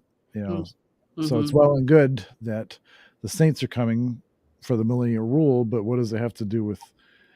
Are they referring to these saints as the seed of Christ or seeds of God just by their nature? Or are they referring to something else? I'm not sure. Let's see. Sarah says, Johnny, do you follow Mike Thompson? He is on Elijah Streams and talks about heaven like this. No, I don't. I will have to take a look. I've heard of, was it Johnny Enlow or something like that. And I've seen Robin Bullock on Elijah Streams recently, but I have no idea who Mike Thompson is. I'll have to take a look, Sarah. And Casey says Mike talks of second and third heaven. Kind of like the Hobbits, like second and third breakfast. It's like, yeah, we've had first breakfast, but what about second and third breakfast? So okay, all right. I'm glad I'm not the only one that thinks that. Okay, that makes me happy that I'm stuff like that. I'm like a little kid when I question things. It's okay. That's how God wants us to be, like children. Doesn't he say that? Yeah, because I'm taking this like literally, like I'm reading this literally. So as a kid reading it literally, it's like, upper heaven. Okay, upper heaven. What that implies there's lower heaven or middle heaven or whatever. To me, in my mind. Yeah. I guess I'm not one of the elect, so you don't know that. So I don't know. You could. Well, maybe if I was one of the elect, I would know that. I wouldn't be asking. No, not necessarily. You know it in the time that you could be very well one of the elect. I would say you are. All right, we'll run with that first, or for now. A cloud then snatched me up. Oh, geez, this sounds like Twister. Remember that movie with what's her name, Helen Hunt, and oh right. A cloud then snatched me up, and the wind raised me above the surface of the earth, placing me at the extremity of the heavens. They like using that word extremity. It was referring to the ends of the earth, like the extremities of the earth, and now the extremity of the heavens. So I guess extremity meaning like the farthest reaches or the farthest ends to whatever they're talking about. There I saw another vision. I saw the habitations and couches of the saints. Wow, saints have couches? Oh, cool. I saw the habitations and couches. So I wonder what other meaning couch has that I'm not familiar with. Being in the furniture business for 40 years, I only know one meaning. So, but great. Just like last week, we learned of carnal odor. So this week we can say right. Couches of the saints. We're taking that as another copyrighted band name or song name. So that would be a really cool name. Couches of the Saints. Or a title. Maybe Sarah Grace might write something about Couches of the Saints. So there we go. Add that to my list. There my eyes beheld their habitations with the angels and their couches with the holy ones. Geez, they have couches everywhere. Their couches with the holy ones too. Cool. It's like a big waiting room. It kind of makes me think like this is like there's so much going on up there in upper heaven. I thought of Beetlejuice and the waiting. Yes. Yeah. Sorry, Lord, we're not making fun of you, but we're just No, we're not. we're having fun. This is a fun thing, and I'm sure you have a sense of humor, and I'm sure that you're enjoying watching us squirm over this, trying to figure this out. So, anyway, but just a lot. You got to admit, Lord, just a lot of couches in heaven, at least in this book.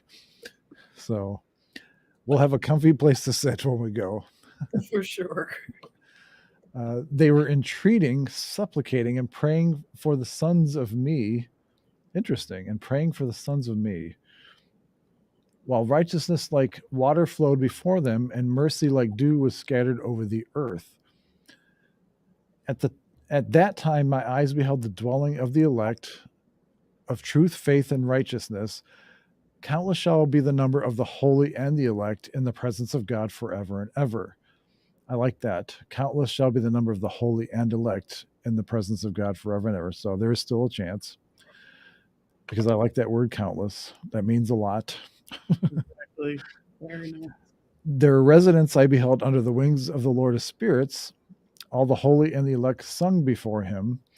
So they're on couches and they're singing now. In appearance like a blaze of fire, their mouths being full of blessings, and their lips glorifying the name of the Lord of spirits. And the righteousness incessantly, dwelt before him. There was I desirous of remaining in my I think this is supposed to be soul. It says sold. Oh. I desirous of remaining, and my soul longed for that habitation. There was my antecedent inheritance. I feel like I'm in high school learning all these words again. Mm-hmm. For thus had I prevailed before the Lord of spirits. For thus had I prevailed before the Lord of spirits. Prevailed. Usually the connotation of prevailed is like victory, or like or some kind of conflict, and then you're like victorious. So you prevailed. Unless prevailed means like that's where you ended up. You prevailed before the Lord of spirits. I'm not sure. At that time, I glorified and extolled the name of the Lord of spirits with blessings and with praise, for he has established it with blessing, with praise, according to his own, good pleasure. That place long did my eyes contemplate. I blessed and said, blessed be he, blessed from the beginning forever. In the beginning, before the world was created, and without end is his knowledge. What is this world? Of every existing generation, those shall bless you who do not sleep in the dust. Well, hopefully I'm not sleeping in the dust, but stand before they glory. That's weird. That should be the blessing, glorifying, exalting you, and saying, the holy, holy Lord of spirits fills the whole world of spirits. There my eyes beheld all who, without sleeping, standing before him and bless him, saying, blessed be you, and blessed be the name of God forever and ever. Then my countenance became changed until I was incapable of seeing. Wow. What? This is like there's a lot in this thing here, in this chapter. Yes. I'm granted some of it's duplicated. Sarah says, I'm finishing up my World War II historical fiction book now, Jennifer. Nice. So you'll have room to write about the couches, maybe? Yeah, really. Throw some couches in there. Cool title for a book. Couches of the Saints. There you go. Couches of the Saints. Well, yeah, then you can actually you can upgrade if you pay a couple $100 more. You can have the Couches of the Holy Ones, or whatever it was here. Let's see. Yeah, you get the idea. We're just messing around here, but yes. there's a lot. It is a lot. Almost too much to comprehend. Like he's like saying too much. Like it's like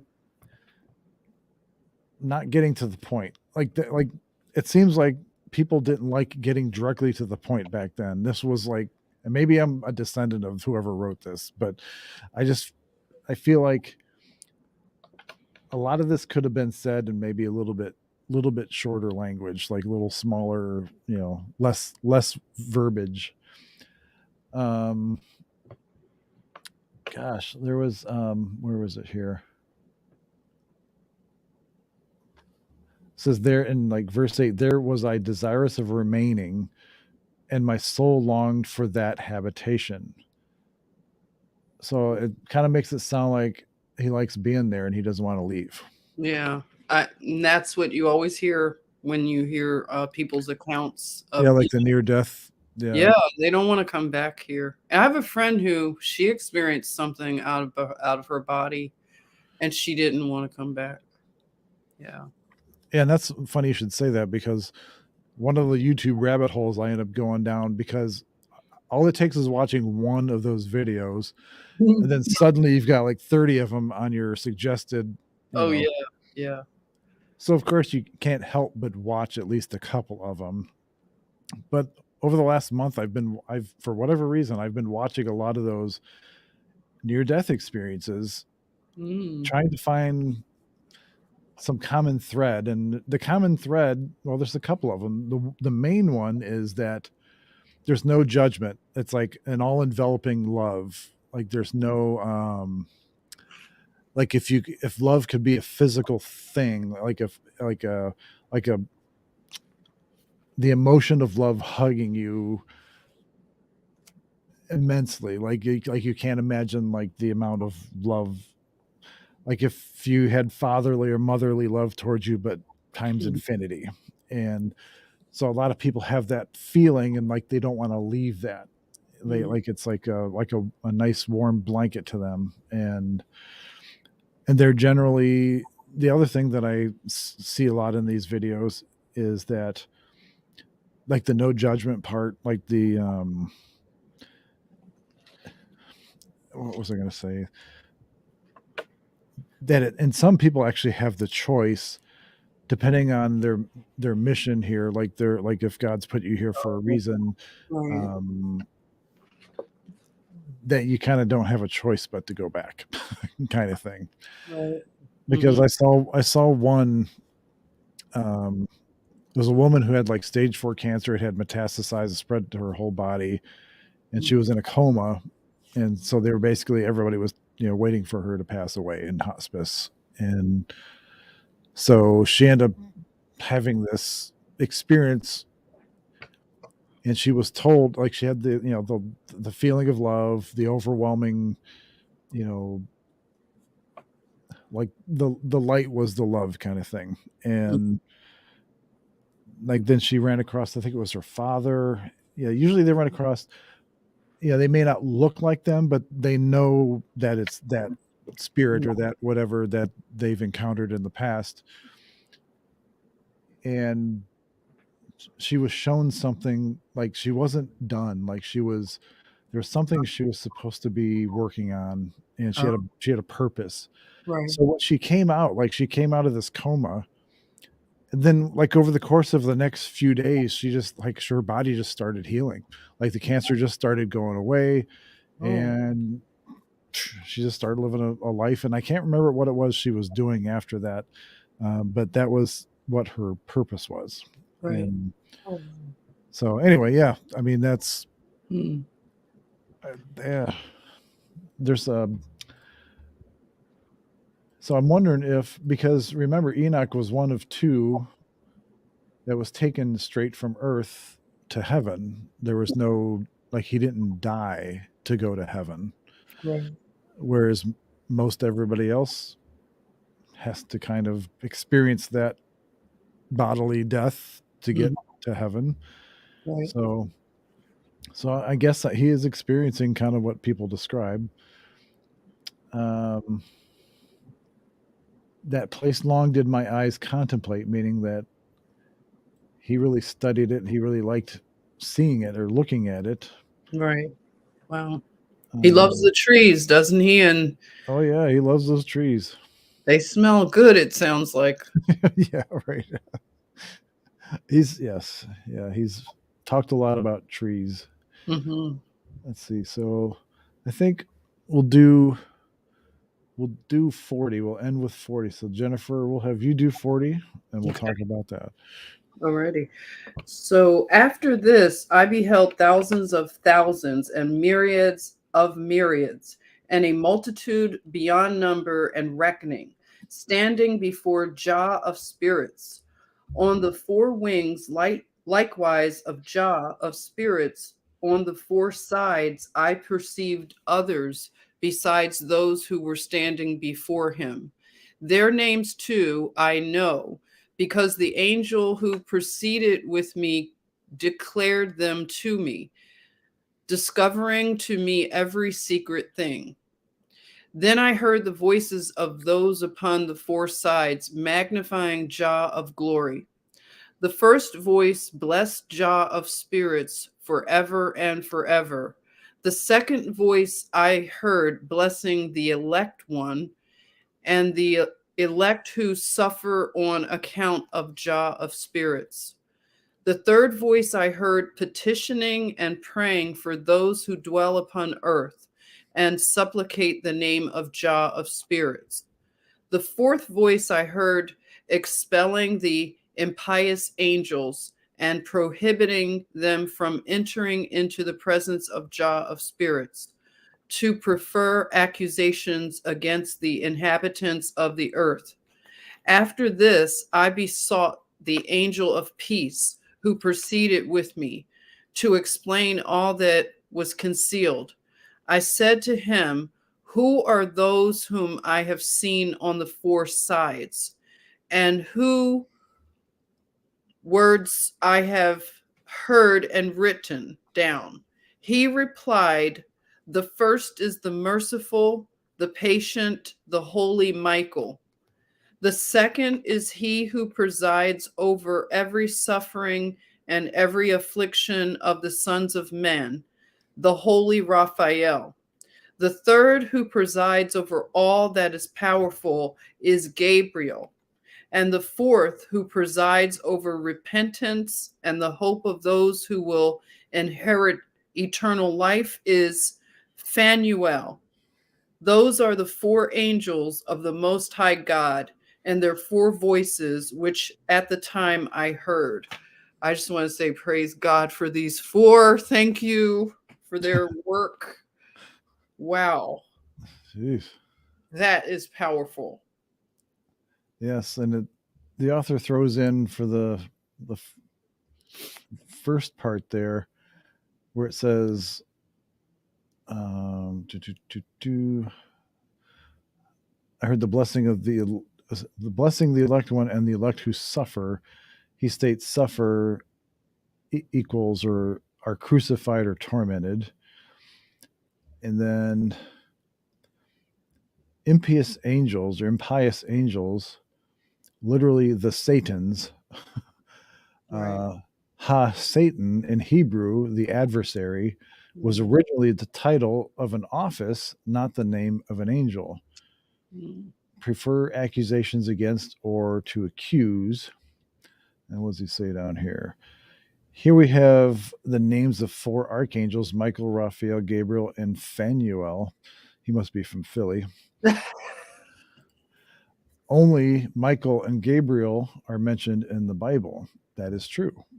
That was one question I had of Charlie early on, was that I don't remember reading a lot. I remember reading about angels, but none by name, like specifically.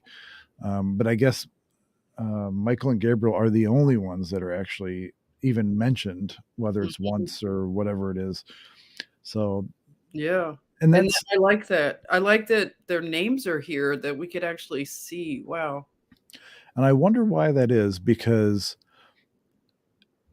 as much as the angels are mentioned in the Book of Enoch, especially in like the pre-flood world, I would imagine that angels played a big role in a lot of things.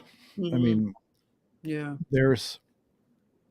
So why wouldn't they be included in the canon? Why wouldn't they be included in? Because we know there's a lot of books that were excluded from the Bible, and Right. out of the 66, I think, that are in the Bible,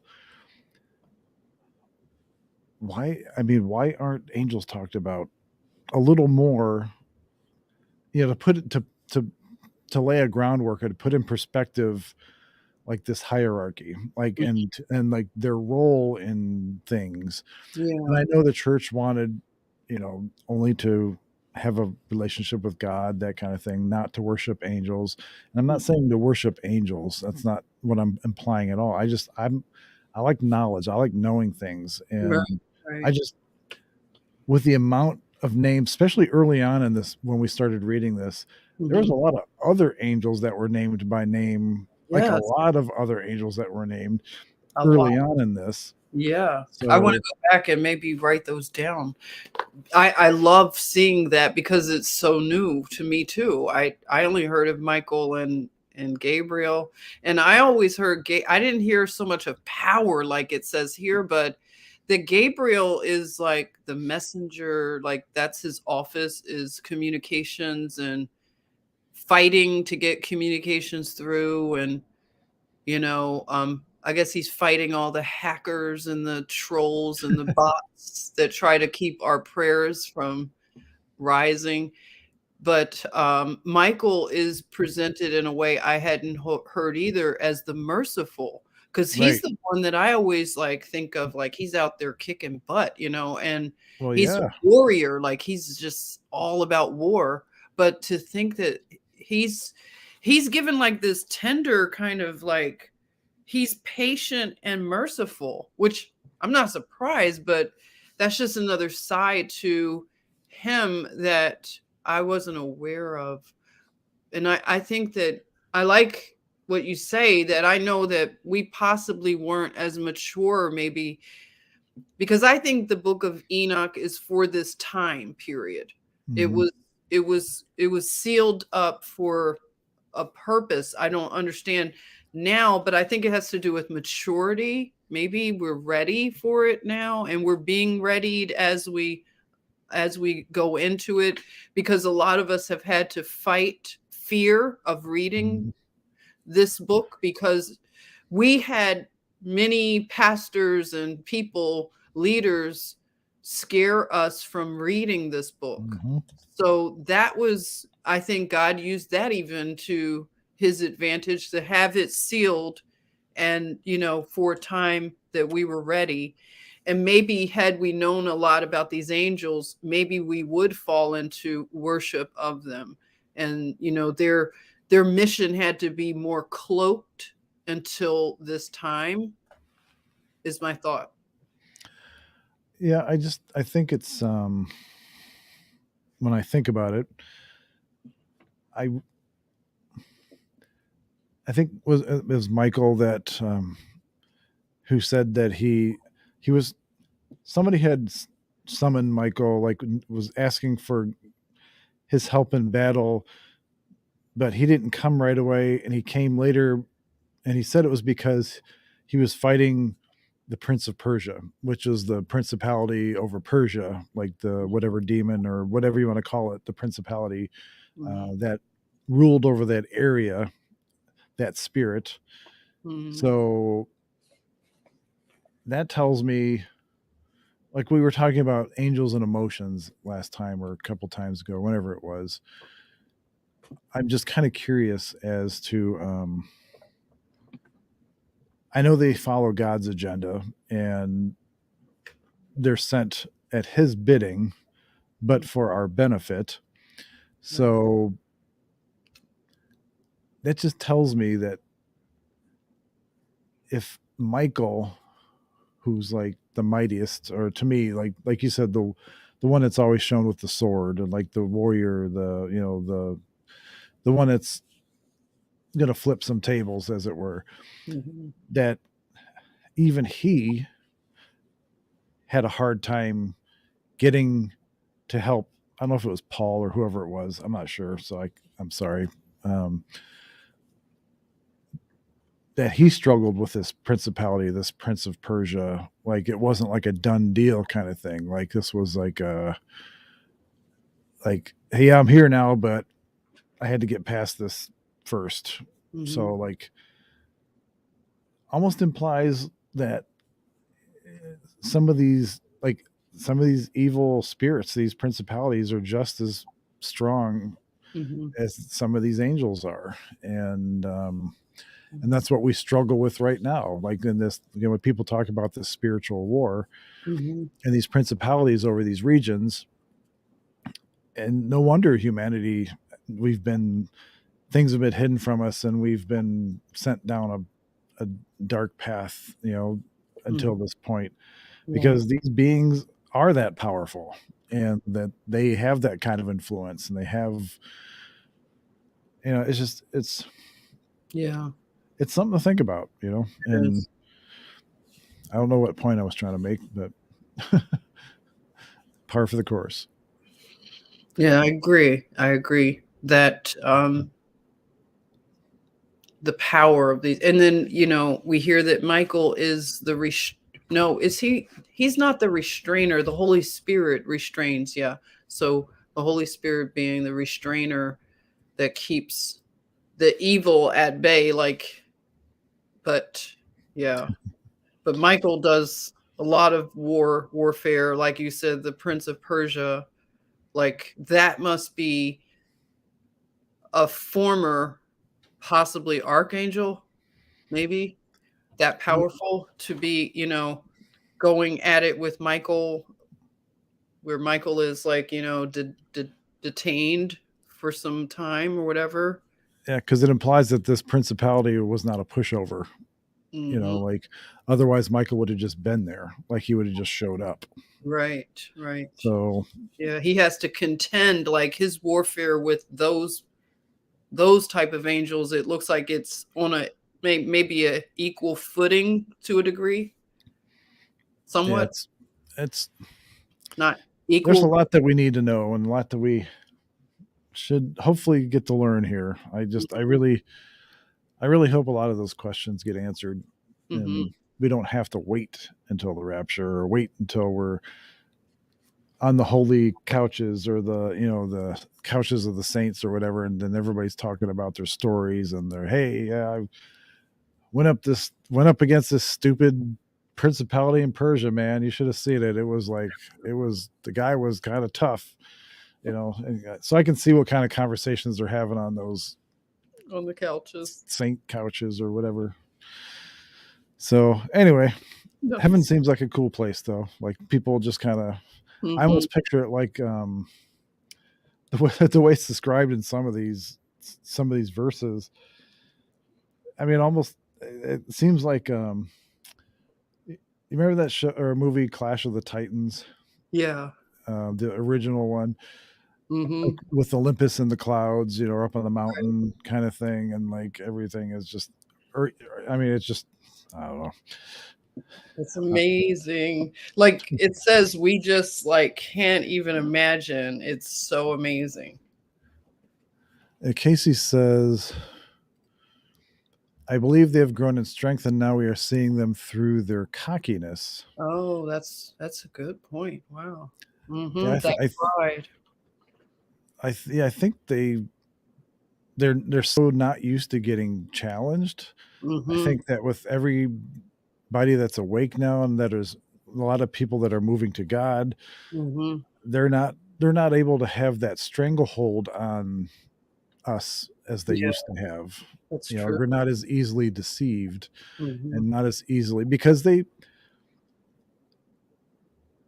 if we don't want them to, they have no control over us. And I think us realizing that is what is scaring them. And I think that's why they appear cocky, and they appear bold, and they appear, like the world seems crazy now, because people are standing up to it.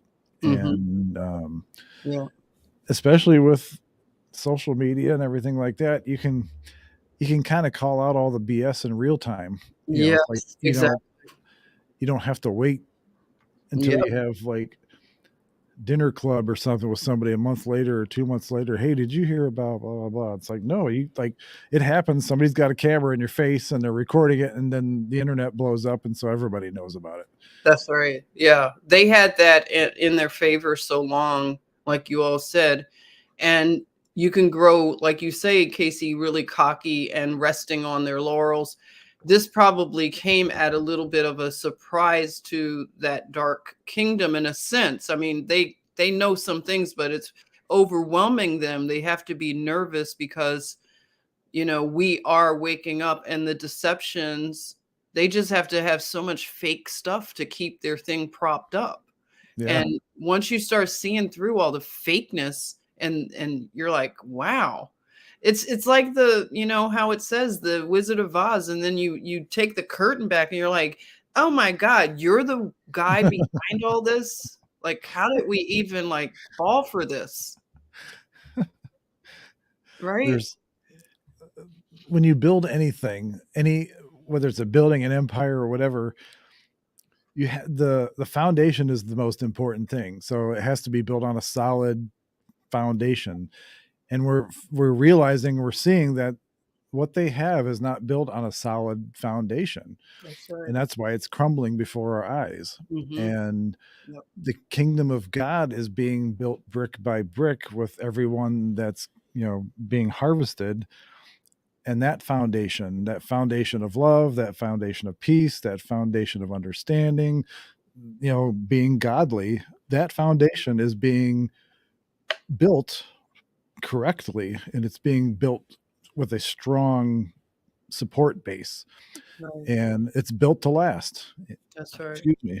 And Casey says Timothy Dixon has prophetic dreams. He was taken to heaven. He just tried to explain it and broke down crying. He was never brought up before. Oh, wow. I'm not sure if I know who Timothy Dixon is. I'm not sure. Wow. But that's kind of cool. I mean, I think a lot of the revelation that's happening will continue to happen, and as it moves along, see, I don't think we're far from this, what they call the millennial rule, when the 1,000 years of peace, or however you want to call it, when Christ comes back with his elect saints, whatever. And we've heard of the 144,000, and I'm not sure how that plays in to all this. I don't know if technically, I guess the 144,000 are technically already on Earth. Is my guess. This is what, from my understanding, anyway. I agree with that. Sarah says, we have the spirit of truth to see all their lies and deceptive tactics. Yes. Yes. Amen. Do. We sure do. Thank God. I have a image that I'm sure Jennifer will love. I know I will. I like making Jennifer laugh. Let's see here. I'm laughing beforehand because I know it's going to be good. He finds the best stuff, doesn't he? The best memes, everything. Yep. I relabeled some of them, so hopefully I can find this one. But the labeling is such a challenge for me. But I think so many things. I have to come up with a better labeling system. Yeah, I just actually have to go through and do it. I have to look and see what it is and give it a name instead of just like a random number, like a file number, or whatever the computer gives it. Where is it here? I like that, Casey. She says, we have been chosen to see. Wow, that's great. Thank you for saying that. That's like encouragement that this isn't for nothing. The fact that you can even see through a lot of these lies, you're able to, rise up and, throw off those shackles. Me trying to keep myself from That's how I feel sometimes. I feel like that character from Star Trek. I don't remember what episode this was, but I feel like my head's going to explode because I'm trying to keep myself from posting everything that I know. You're right. You're like, pace myself. So there you go. Maybe that's what Enoch looks like. Maybe that's. I know. Like, okay, who would you all cast as Enoch in the movie? Because we need to make this movie. Okay. You can't use Charlton Heston. No, we can't. Yeah, we can't even do he's already taken up the Moses thing. So. Right. Yeah, that's an interesting question. Who would you cast for Enoch, the great grandfather of Noah? I'd say it'd have to be maybe an unknown, but I don't know if you all have seen the movie Noah. I was so shocked.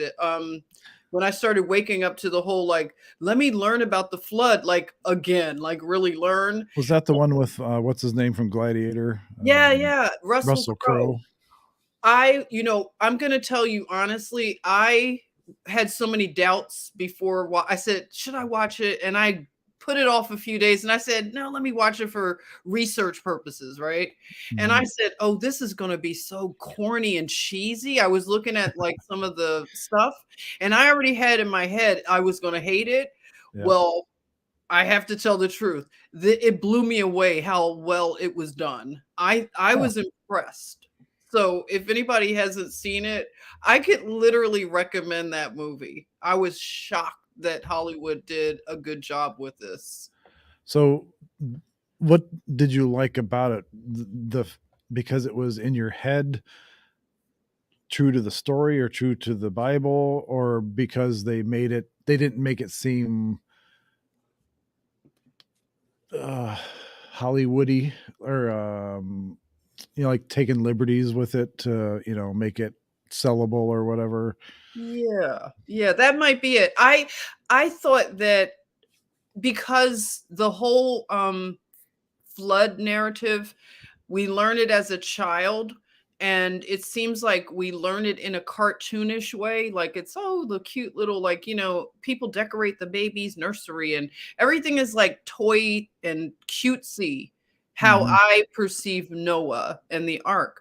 So to see it done this way, where you could say, wow, these were real people, like literal had like the same kind of issues that normal people would have in their families and things like that. The fact that they showed, I like the fact that Noah and his wife, I could relate them to being like real people. Like they seem like artsy, like crunchy granola, like, homeschooly, like they go into the farmer's market and have organic food, and you know what I'm saying? They homeschool their kids. They live in a rural area. They don't live in the cities because the cities were overrun with crime. And so I was just thinking, I can relate them to like people I could actually know. They knew that the flood was coming, and they were the conspiracy theorists that everybody trolled, Right. But they were nomadic. They had to keep moving, and they had their kids. They were loving family. I love how the wife, she was so loving and supportive of Noah. And they didn't show them to be too, you know what I'm saying? Like they weren't like speaking thou, Right. them. Yes. It was just, they were real. I thought Hollywood, they get it wrong so much, but I had to give them credit. I really recommend it, everyone. If you get a chance to watch that movie, I think it will be a great movie to watch for research purposes. I really do. When it's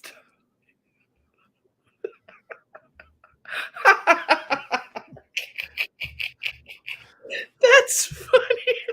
Speaking of Noah's Ark, so I just had to. You have an arsenal of memes.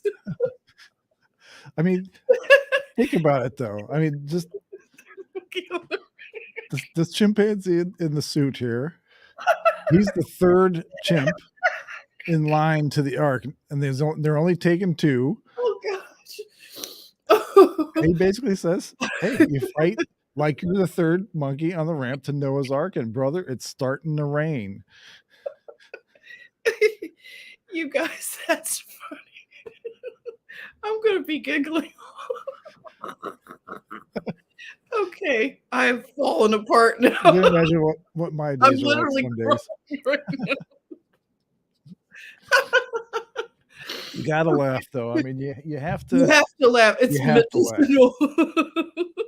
And it's good for your abs. Okay, right now Right, I'm getting better ready than planking. for season. So when you watch Noah's Ark with Russell Crowe, just keep that meme in the back of your head. I'm sorry, everyone. Did they show like the animals and stuff in the John. ark and stuff? Like when they, when with the rains and stuff? Did they go through the whole Oh my story? gosh. I don't want to give it away like spoilers. Okay, They you don't did have to. such a good job with those effects and everything. And I tell you, the animal scenes made me cry. I Really? literally like it got to me because I'm such an animal lover. And you just realize you come away knowing that God loves the animals so much. We cannot Hmm. forget about the animal kingdom because they have, it says in the word that they groan the animal kingdom and nature, they groan for the redemption because through our fall they have suffered so much, Hmm. and they're treated so poorly by the evil ones. So not only are humans treated poorly but the animal kingdom. So you come away understanding God loves animals. It really does, like, become very clear. I mean, we knew it, but it's like sometimes you just need another reminder. It's a strong reminder. So, Hmm. yeah, Casey, I'd love to hear what you think if you watch it. Let me know, please. And She's you too, John, you haven't seen it either? I have not. The only movies I've seen like that recently Hmm. is my yearly. I always watch Ten Commandments because that was a thing when I was growing up. So Right, right. Hmm. so I got to watch that epic marathon movie. Right. Um, Okay. Yeah. but recently, because I had never seen Passion of the Christ before, so Oh, I yeah. watched that for the first time Hmm. about 6 months ago or so. Kind of like when you guys went to Vegas. Right after that, when I started Okay. with Jim Caviezel, so I Hmm. started watching some of his movies. So I watched Passion of the Christ, Hmm. and I was blown away by how good that movie was, and I Yeah. mean how good of an actor Jim Caviezel is Hmm. in that kind of role. Right. And so I would be open to watching Noah, even though the reason why I haven't watched Noah is because of Russell Crowe. I know. And that was my thing too. I had a disconnect. I was like, Russell Crowe, please. But I'm telling you, it was one of those things that I had to take back everything I was saying. I was really like, I was humbled actually because I said, boy, they really got this one right. No wonder it was a little sleeper movie. Well, I like those kind of movies. I like movies that change my expectation of something because Hmm. I try not to be judgmental. It's just a habit I've had, and I've had it my whole life, Hmm. and I've gotten a lot better at it. And I'm so much more open minded about things, especially over the last couple of years. Yeah, me Um, too. so I'm not fixed on something. Like if somebody shows me something and it changes my perspective, then I'm like, Mhm. okay, Yeah, that I'm makes open sense. to listening. If they're willing to tell, like, to not do it in a just totally argumentative type of way, just seeking to understand. I'm open to it. Even if they tell me something I don't necessarily want to hear, like I want to have my own cognitive dissonance about some things. Yeah. But I'm willing to have it challenged. Yeah, I'm willing to stay up a few nights if somebody Right. tell me that everything I've been thinking is all wrong. I'm like, okay, I'll listen, but And I'm happy that I'm wrong a lot of times. I mean, I don't I mhm, like that's how you learn, and that's how you become humble, and that's, mhm, mhm. we live in a truly a crazy clown world right now, and I think a lot of people's world is flipped upside down, and Yeah. but I think that's because it's going to get righted again, and but this time they're going to be able to see things with their own eyes and their own ears, and not have some kind of a veil of whatever over it. And I mean, I just remember growing up in a in the United States where nobody had to agree on anything, but they could still be friends. Yeah, right? A I lot of miss my those days. Yeah, God. a lot of my friends back when I was younger, all the way through school and high school and college, I'd say more than half of the people that I was close friends with, we didn't see eye to eye on a lot of stuff, but Mhm, we were still good friends. right. And I Mhm, think that was part of the reason it would get boring if everybody just agreed on everything and believed the same thing all the time. You know, like what kind of conversations would you have? I mean, you couldn't have any true discourse with somebody or like debate about something. Mhm. The thing is, the problem now is you can't have debate. Like No, debate is dead. like forget the facts. We don't want to hear facts. So Only there's no debate. yeah, feelings over facts now. Yeah, exactly. And that's, and you and know, science is like nebulous. It's a religion you have to ascribe to. It's not science that I grew up with. mhm. And well, see, real science can be questioned. I know. That's the point of science. Hmm. That's what Is I that thought. it can be questioned. Hmm. Yeah. That, Yeah. of course, that made me think of a meme here, and I'm trying to find it real quick. Oh no, not another. Do I have to get ready? Oh no, I gotta get ready. I'll try to make it just so it's not. Where is it here? But there's such black and white, like such a dichotomy. Like there's no common ground anymore. Like Yeah, you can't agree to disagree about something. It's all black and white. Like right. there's no in between. Yeah. We didn't know how that was going to go. Like, we'd always heard that it was going to be this divisive kind of thing, but I didn't know under what terms, like politics, that's This is basic. who we're arguing with right now. Oh, gosh.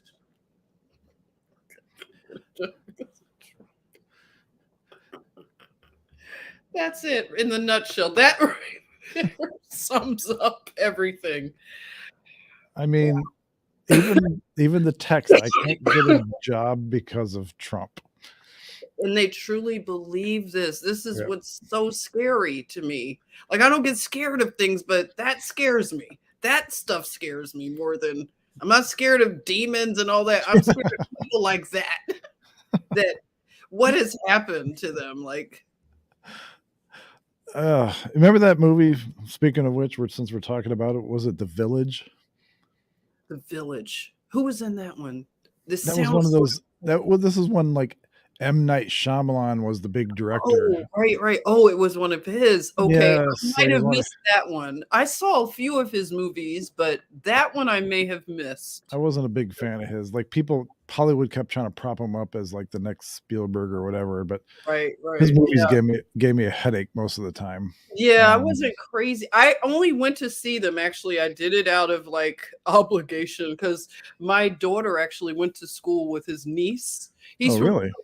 he's from outside of Philly. So I would go to see his movies because I was like, okay, I'm doing it because of this niece of yours, okay? But other than that, I think hopefully this is correct. The premise of The Village basically is it's this isolated town, village, whatever, in modern times that knows nothing of the outside world. ooh, And then well, I don't want to give away the movie because there is kind of a twist to it, but okay. I'm sure I won't see it. But okay. I don't want to ruin it for them, for everybody else, for Casey. She's probably going to put that one on your list. Casey, give me the quick notes. See Noah and Passion of the Christ. Those are the two. Mm-hmm. You did go to Vegas, right? With when they had the Sound of Freedom. Yes. Mm-hmm. And met Jim. He's a very nice person. He spent so much time like just talking to us after his we got to see the movie and talk to him, have like a question and answer, and just it was a really nice like one-on-one time with a small group of people. So it was yeah, it was really nice. I know Jerry was talking about him back in the day. Well, I say back in the day now, like we've been in this I know, right? war like 2 years or how long. It feels seems like we're Vietnam vets now, we are probably. Jerry used to talk about him like he was very Christ-like, like he was very like that's okay. how that's like the kind of the aura or whatever he gave off. Like he was I very. see. I know Jerry would talk about him a lot on his Yeah, on his shows or whatever. I don't right. even. Does he still do shows? You know what? I'm not sure. I tell you, I have been head down researching so much that I'm out of the loop with I so know much. you've got some. I'm telling you, people, if you don't watch her show, she's got some pretty pretty cool videos. There's Thank you. where is it here? Hold I'm on. working on one now, John. I'm doing a Klaus Schwab video right now. Are you really? I saw the Sean Penn one, and then the well, here. For those of you who don't know, this is her channel. Oh wow, there it is. The link is in the link. I always put the link in the Okay. video Thank description. you. Thank you. Yeah. So, Yeah, I'll have another one up tomorrow, actually. This will be a Klaus Schwab. I figured I'd cover that guy. I didn't know a lot about him. I said, let me. He is. Oh, I'm gonna end with one more meme. So okay. Jennifer won't be able to sleep after this one. Well, that's good because I'll be up working on the Klaus Schwab video. So for those of you that don't know what somebody that is running the New World Order and is pushing this great reset and you will own nothing and you will like it kind of mentality, let me introduce you to Klaus Schwab.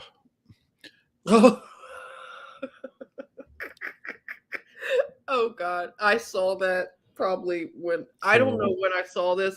This is something that. So look at the subtitle. It says Klaus Schwab, you will own nothing and you will be happy. Well, at least it looks like he practices what he preaches.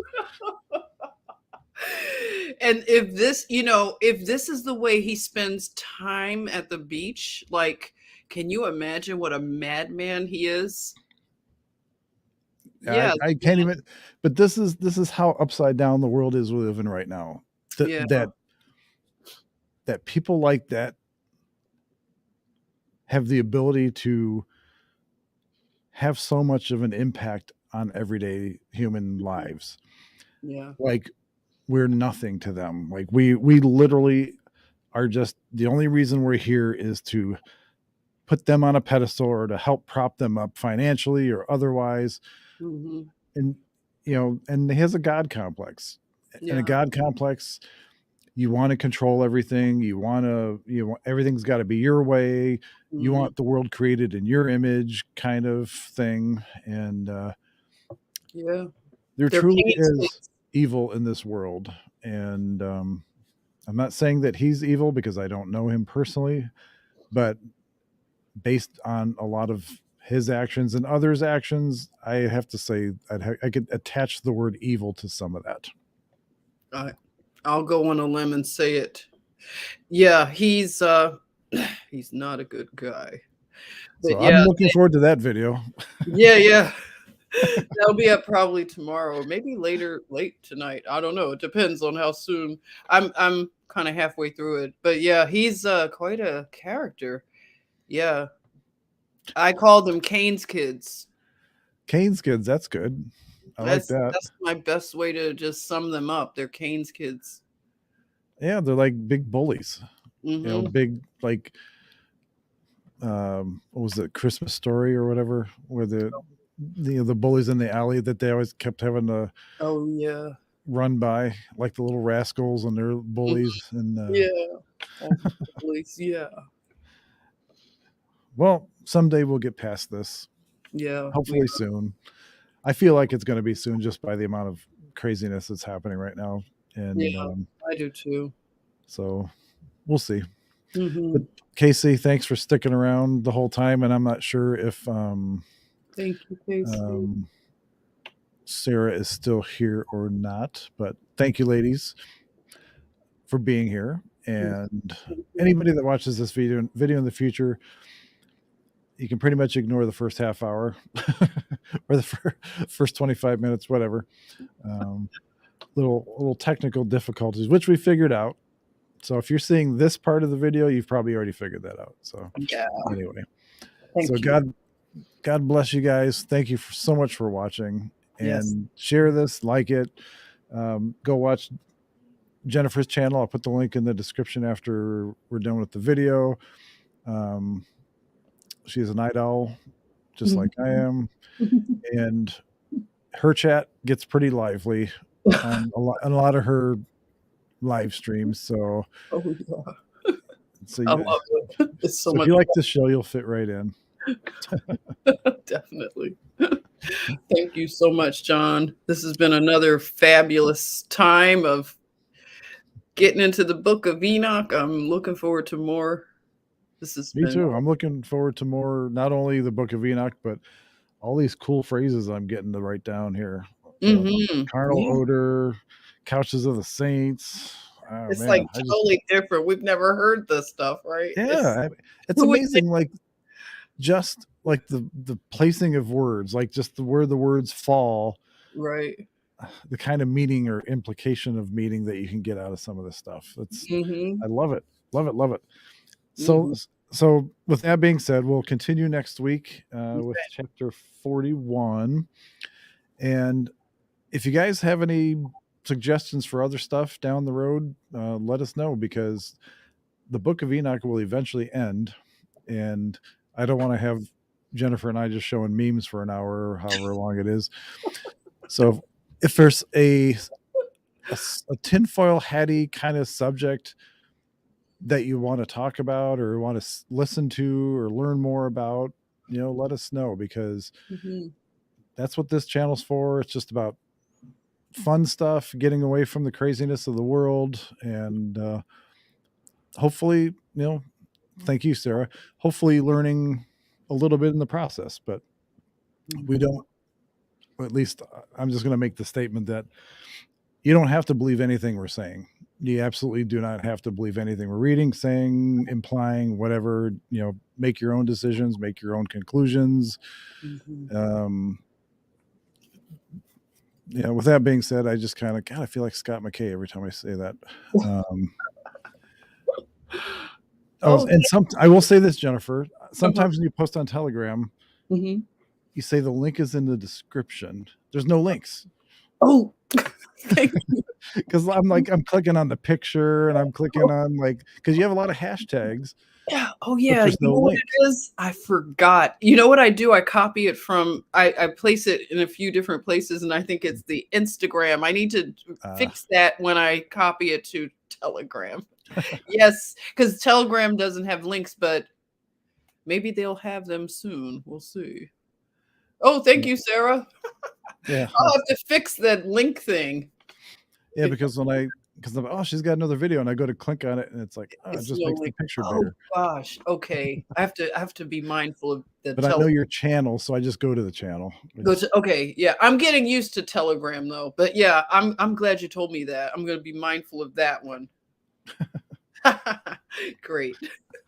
All right, guys. Okay. Jennifer, thank you so much. Thank you. Until next week. Yes. God bless everybody, and have a wonderful, wonderful, wonderful evening. Thank you. You too. Bye. Bye, everybody. Love you. Bye.